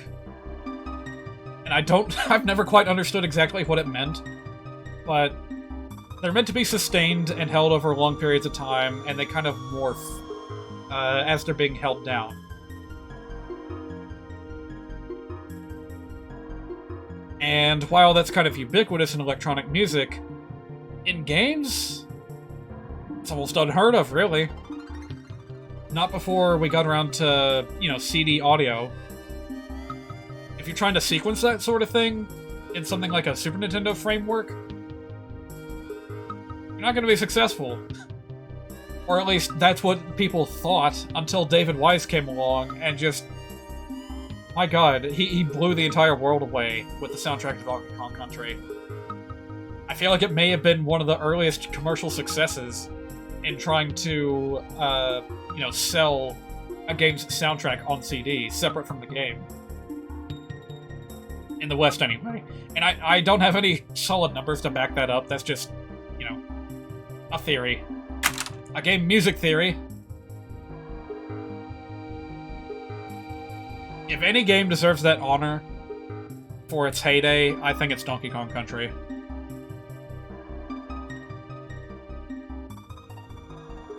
And maybe Kirby. Kirby's Adventure was really good by NES standards, but yeah, whatever. I'm getting ahead of myself. Now, here's a game whose franchise has not been covered on this list before now. Precisely because there's only like 3 games in the entire series, and 2 of them are locked on really old hardware. It's Kid Icarus Uprising! One of the most surprising successes in Nintendo history.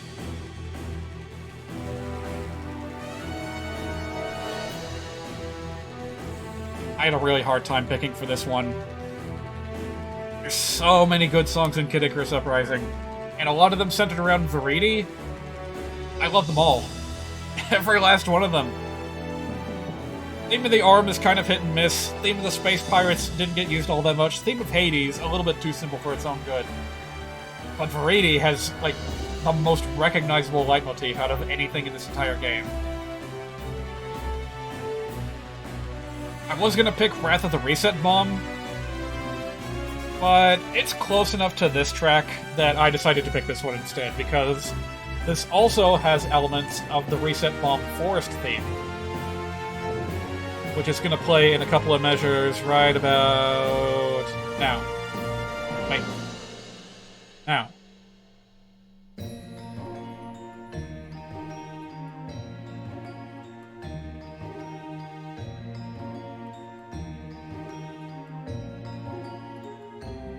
You'll notice that the logo is moving. Don't mind that. I had this massive piece of art that I decided to pan the camera over. And the final place where it stops, the logo was in the way, so I just decided to move it.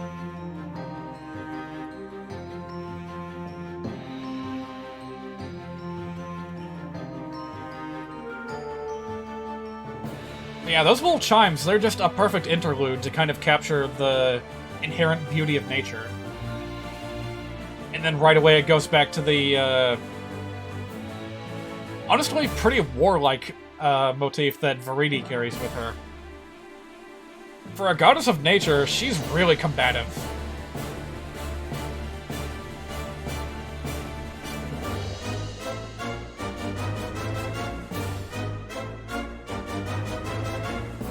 If you played Kid Icarus Uprising, then you know those, that little, like, note progression by heart.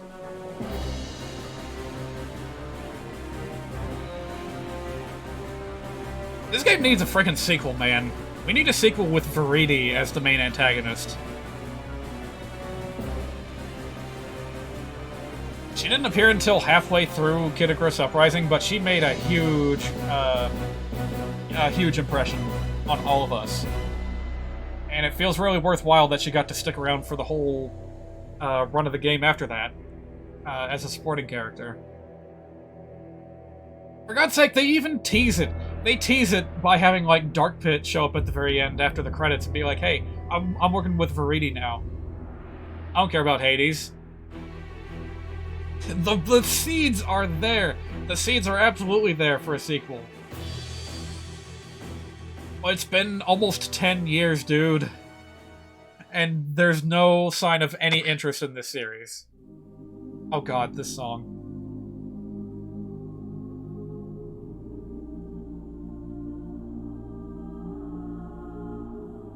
Definitely one of the strangest additions to this list, but I kind of want to say that this track speaks for itself.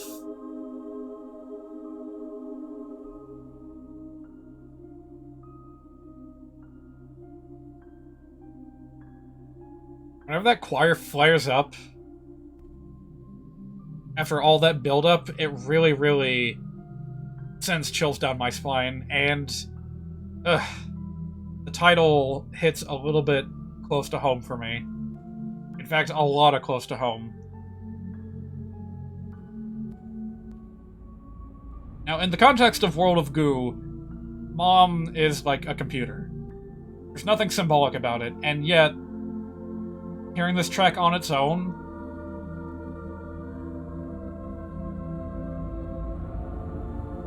I'm gonna be honest, I sometimes have a hard time making it through to the end. I can't quite put it into words, but there is definitely something about this track that, like, drives me to tears. Really, really consistently.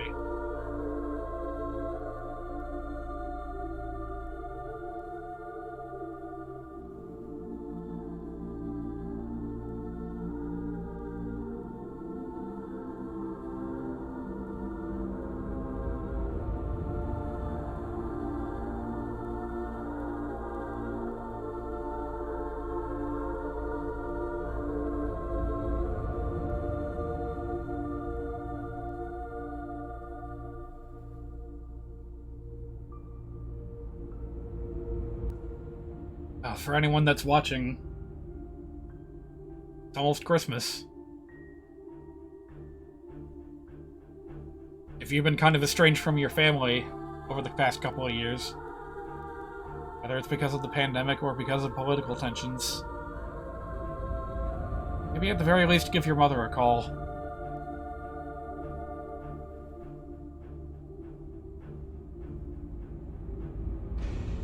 A game you'll have to play one day just to get why the music is so sad. I can't explain it. Honestly, it feels a bit disconnected from the game itself, because World of Goo is just a goofy little puzzle game. And yet, something about it feels like it's something more. Every now and again, you'll get a message from the sign painter that's like philosophizing on the meaning of life or something.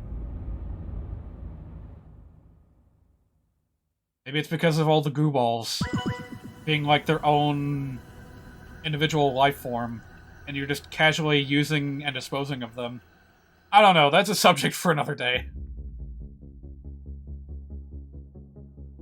Finally got around to A Hat in Time. If you've ever listened to this game's soundtrack, then you know that this had to make it somewhere on this list.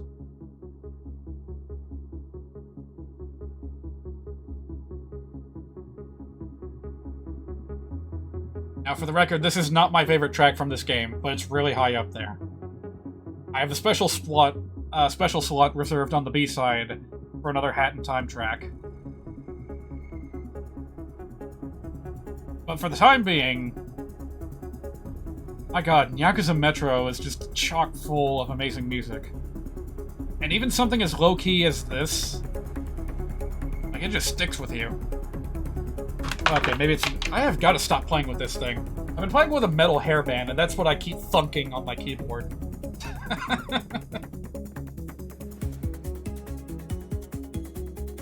But yeah, this is technically just like the low-key version of the final chapter's music in Yakuza Metro. It stands on its own pretty well, I'd say. While the upbeat version, Rush Hour, has its own, like, high-speed, chase through Hong Kong kind of feel to it. I still really, really dig the, what do you call it? What do you call this stuff that we're listening to right now?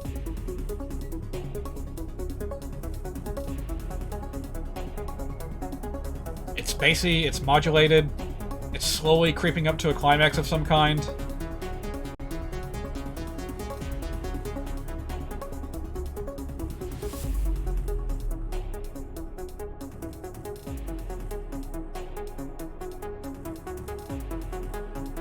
Okay, but admittedly, maybe it does swing a little bit too hard in the direction of ambiance. Because it does take a while to pick up and get to the next part.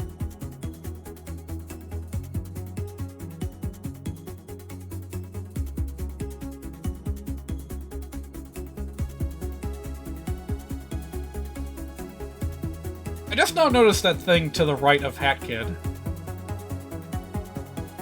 I almost thought it was like, well, obviously it's a tail of some kind, but I couldn't tell where it was coming from. And that's such an unnatural bend. But apparently it's coming from the Empress.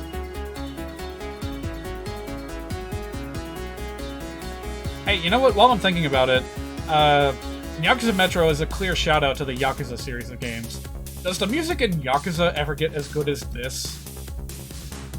Because if so, that's a pretty good reason for me to play those games someday.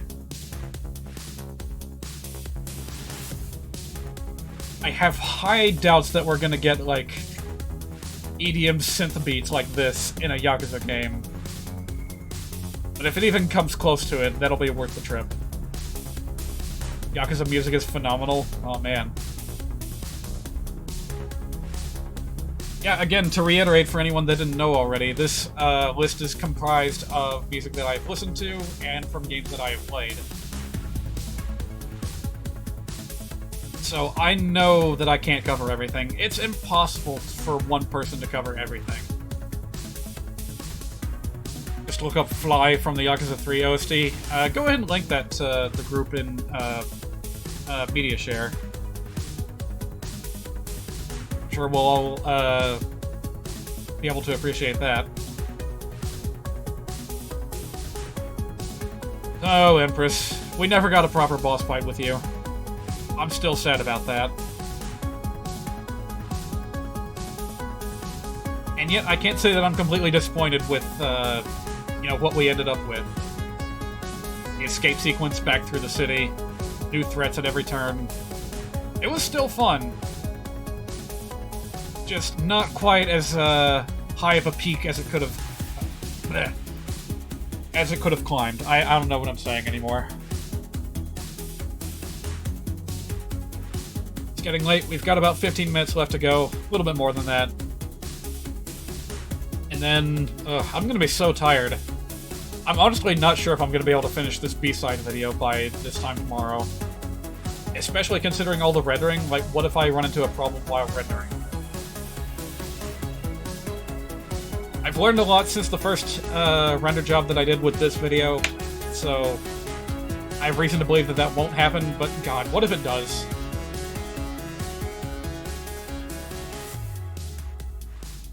I think best case scenario, I end up having to postpone it by a couple of hours. And worst case scenario, I have to postpone it to the next day, which I really don't want to do. Here's a track that's pretty special to me.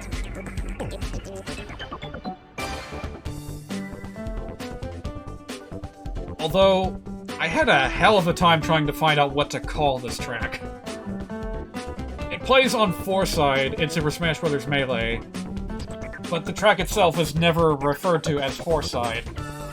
So instead they assigned it the strange term Earthbound. I don't even know what it's called in the modern Smash games, whenever they bring the song over. Yeah, something about this just kind of embodied the mystique of, you know, a city at night for me when I was younger. I have a very particular memory of, like, being a young fella, maybe not even a full teenager yet, maybe a slight preteen, walking around the streets of Nashville on a moonlit night. It's a big city, and I had this music playing in my head.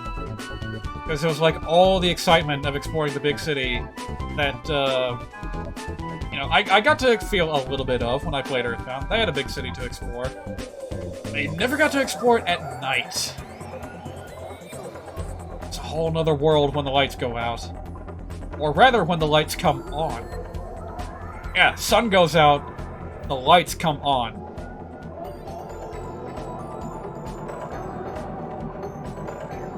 A couple of times when I was younger, I would take trips up to New York City to visit an aunt of mine that lived there. And that's definitely a fond memory that I'll carry with me forever, is going to the bank of the river and looking across to see Manhattan lit up at night. That's the kind of magic that this track embodies for me.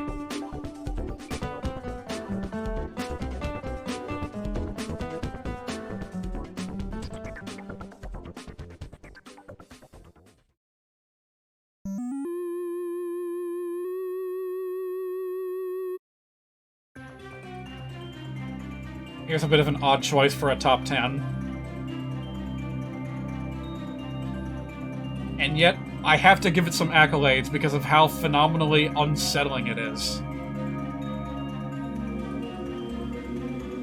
Whenever I'm in the foulest of foul moods, I listen to this loudly. Partially in the hope that it'll, like, somehow corrupt the world around me. Stupid, I know, but... when you're in a foul mood, you don't always think logically.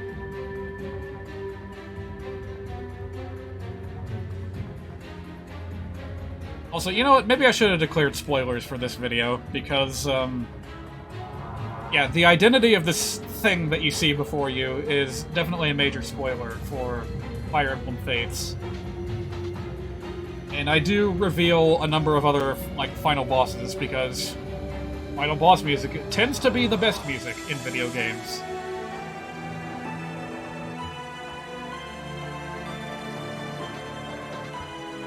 This track doesn't play all that often. In fact, I don't think it plays at all in the Birthright campaign. Rather, this is for the moment when you uncover the darkest secret of Conquest's storyline. And once more in Revelations, where... yeah, it's also got a pretty stark thing to uncover, hidden in the depths.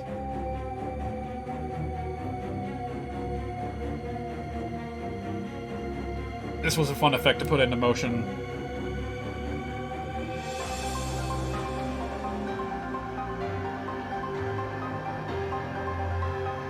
The entire, like, third world in Fire Emblem Fates, Vala, it's kind of like the concept of what would happen if reality itself started to fall apart, started to melt away, like water.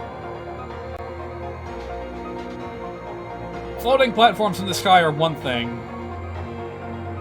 Those weird invisible creatures that morph into somewhat human shapes to fight you. Oh, actually, that's nowhere near as interesting now that I've said it out loud. Yeah, come to think of it, with an ambience built up with music like this, they could have gone a lot harder with selling the unsettling nature of Vala in Fire Emblem Fates.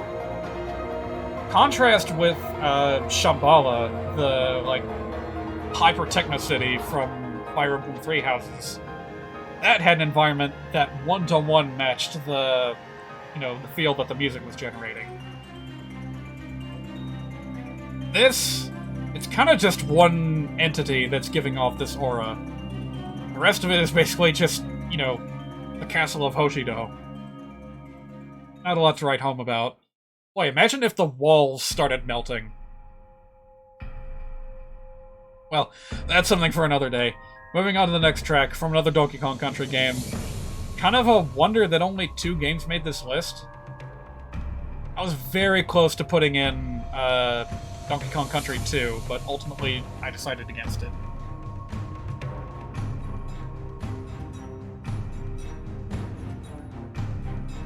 Tropical Freeze has a very, very high chance of reaching #1 status in the, top video game soundtracks, period. It was honestly pretty hard to pick for what to put on this A-side list.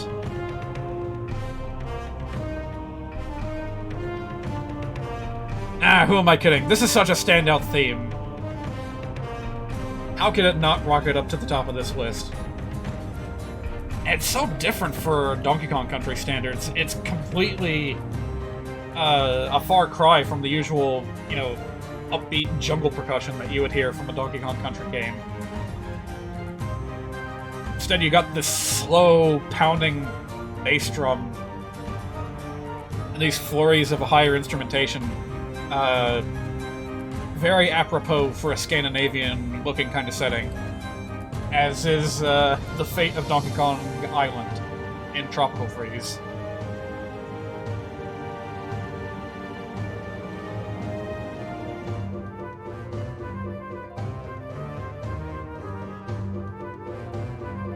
Yeah, when I think of, like, the dangers and the mystique and the wonder and the beauty of, the far north, as you might see on Game of Thrones, this is the music that comes to mind.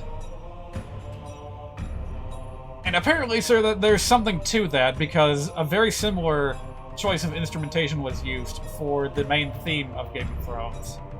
So, the jokes write themselves. That's why I made a cover of this and the Game of Thrones main theme with Donkey Kong Country samples years ago.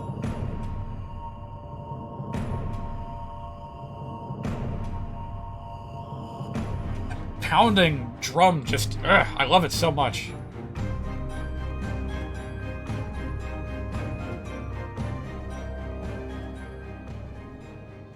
I wish I had more in-depth things to say about these musics, but oh boy, we're moving on to EDM.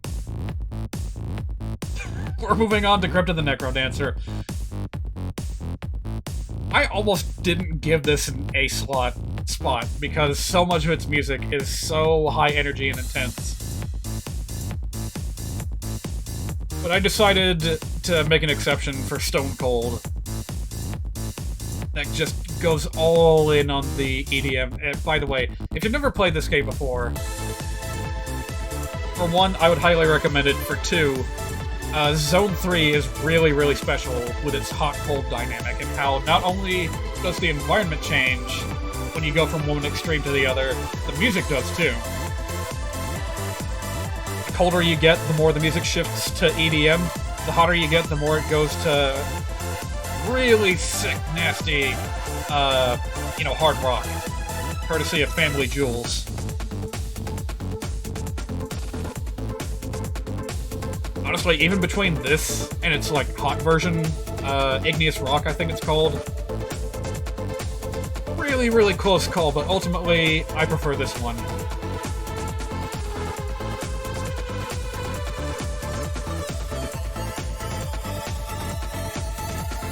The part coming up is a big part of that reason why.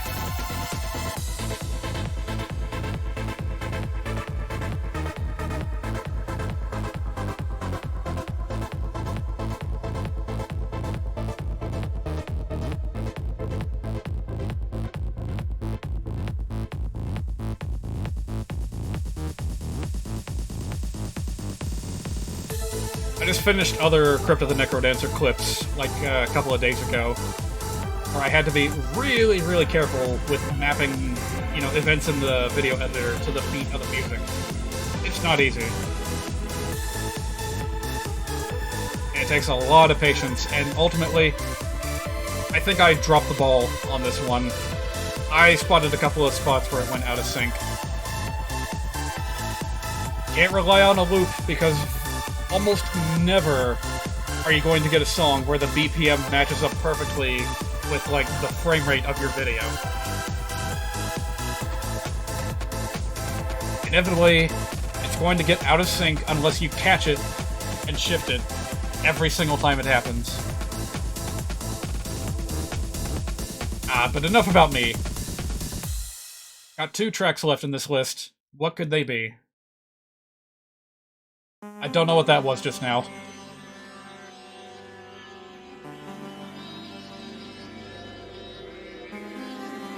Well, ladies and gentlemen, the one and only PlayStation Portable track that made it onto either of these lists. Well, that's not true. Danganronpa 2. Kind of one of the best visual novels I've ever played. Also, the only Danganronpa game I've ever played. I watched an LP of the first game. Does that count as having played it? I don't think so. I think I'm gonna have to play that myself someday, even though I already know how the story goes.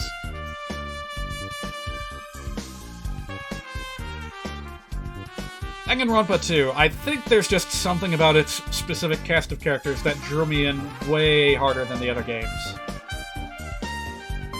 I got them rotating on a wheel in the background, even just from, like, a mostly blacked out silhouette of them. They convey so much personality.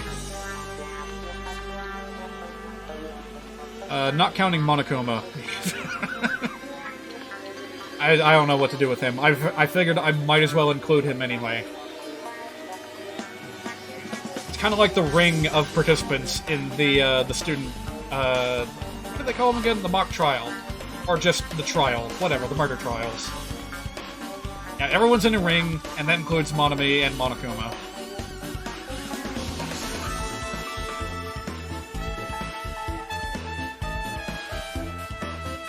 You know, another thing that might have drawn me to Danganronpa 2 over the first game is that Hajime here is a bit of a stronger protagonist, a bit more of a get-things-done kind of protagonist, compared to Makoto, who's kind of just, I'm nobody special, I can't do anything.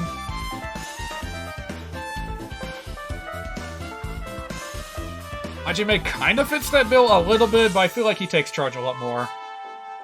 What does this have to do with the music? I'm supposed to be talking about the music.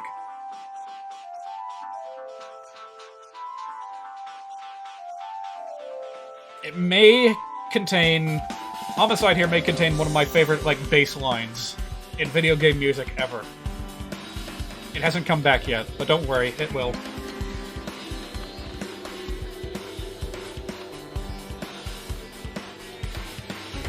Here it comes.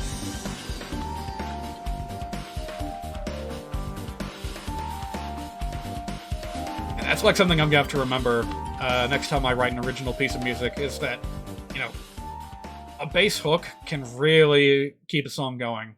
If it's recognizable and catchy enough to where you can, repeat it over and over again without much issue.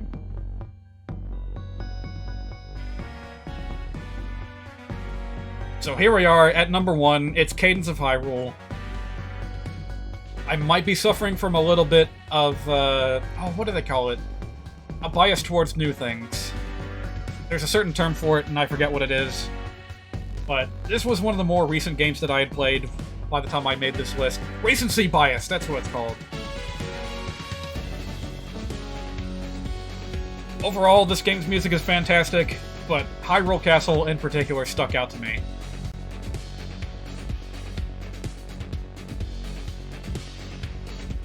Yeah, you got it. I got it. We're all got it. Alright, there's a certain pattern of notes coming up that really resonates with me.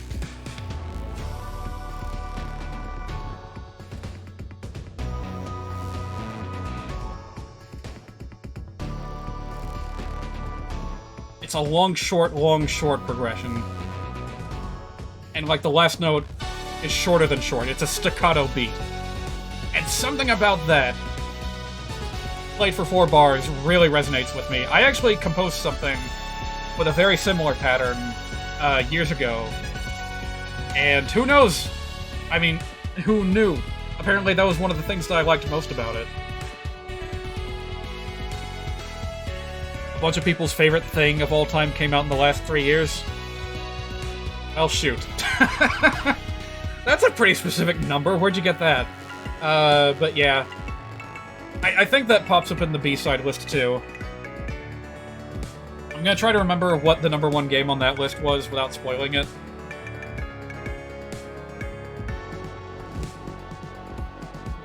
It's not. The number 1 item on the B-side list did not come out within the last 3 years.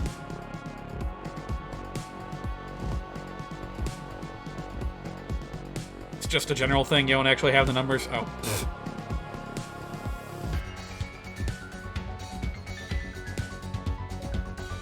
So this was the pinnacle of how much effort I was willing to put into a clip on the A-side list. I have stepped up my game for the B-side list. So I hope you guys will join me tomorrow for that.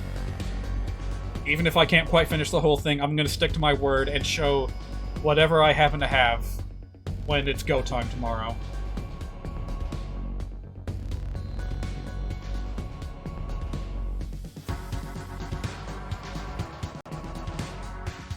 I didn't really get into the details of why I like this track so much. It's not even all that close to the original, like, theme of Hyrule Castle from A Link to the Past. For all I know, it could be mostly original, but it's still just resonates with me so much, and I can't put it into words. I wish I could. Maybe I should have written a script for this after all. Who knows? But that's the end of the list. We'll be back tomorrow with even more, and I guess I'll just keep this text handy for next time. Oh. Did not mean to pull that up. I forgot I had the internet browser displayed. Please go away. Thank you. I was going to pull up what I had from noclip.website to close things out.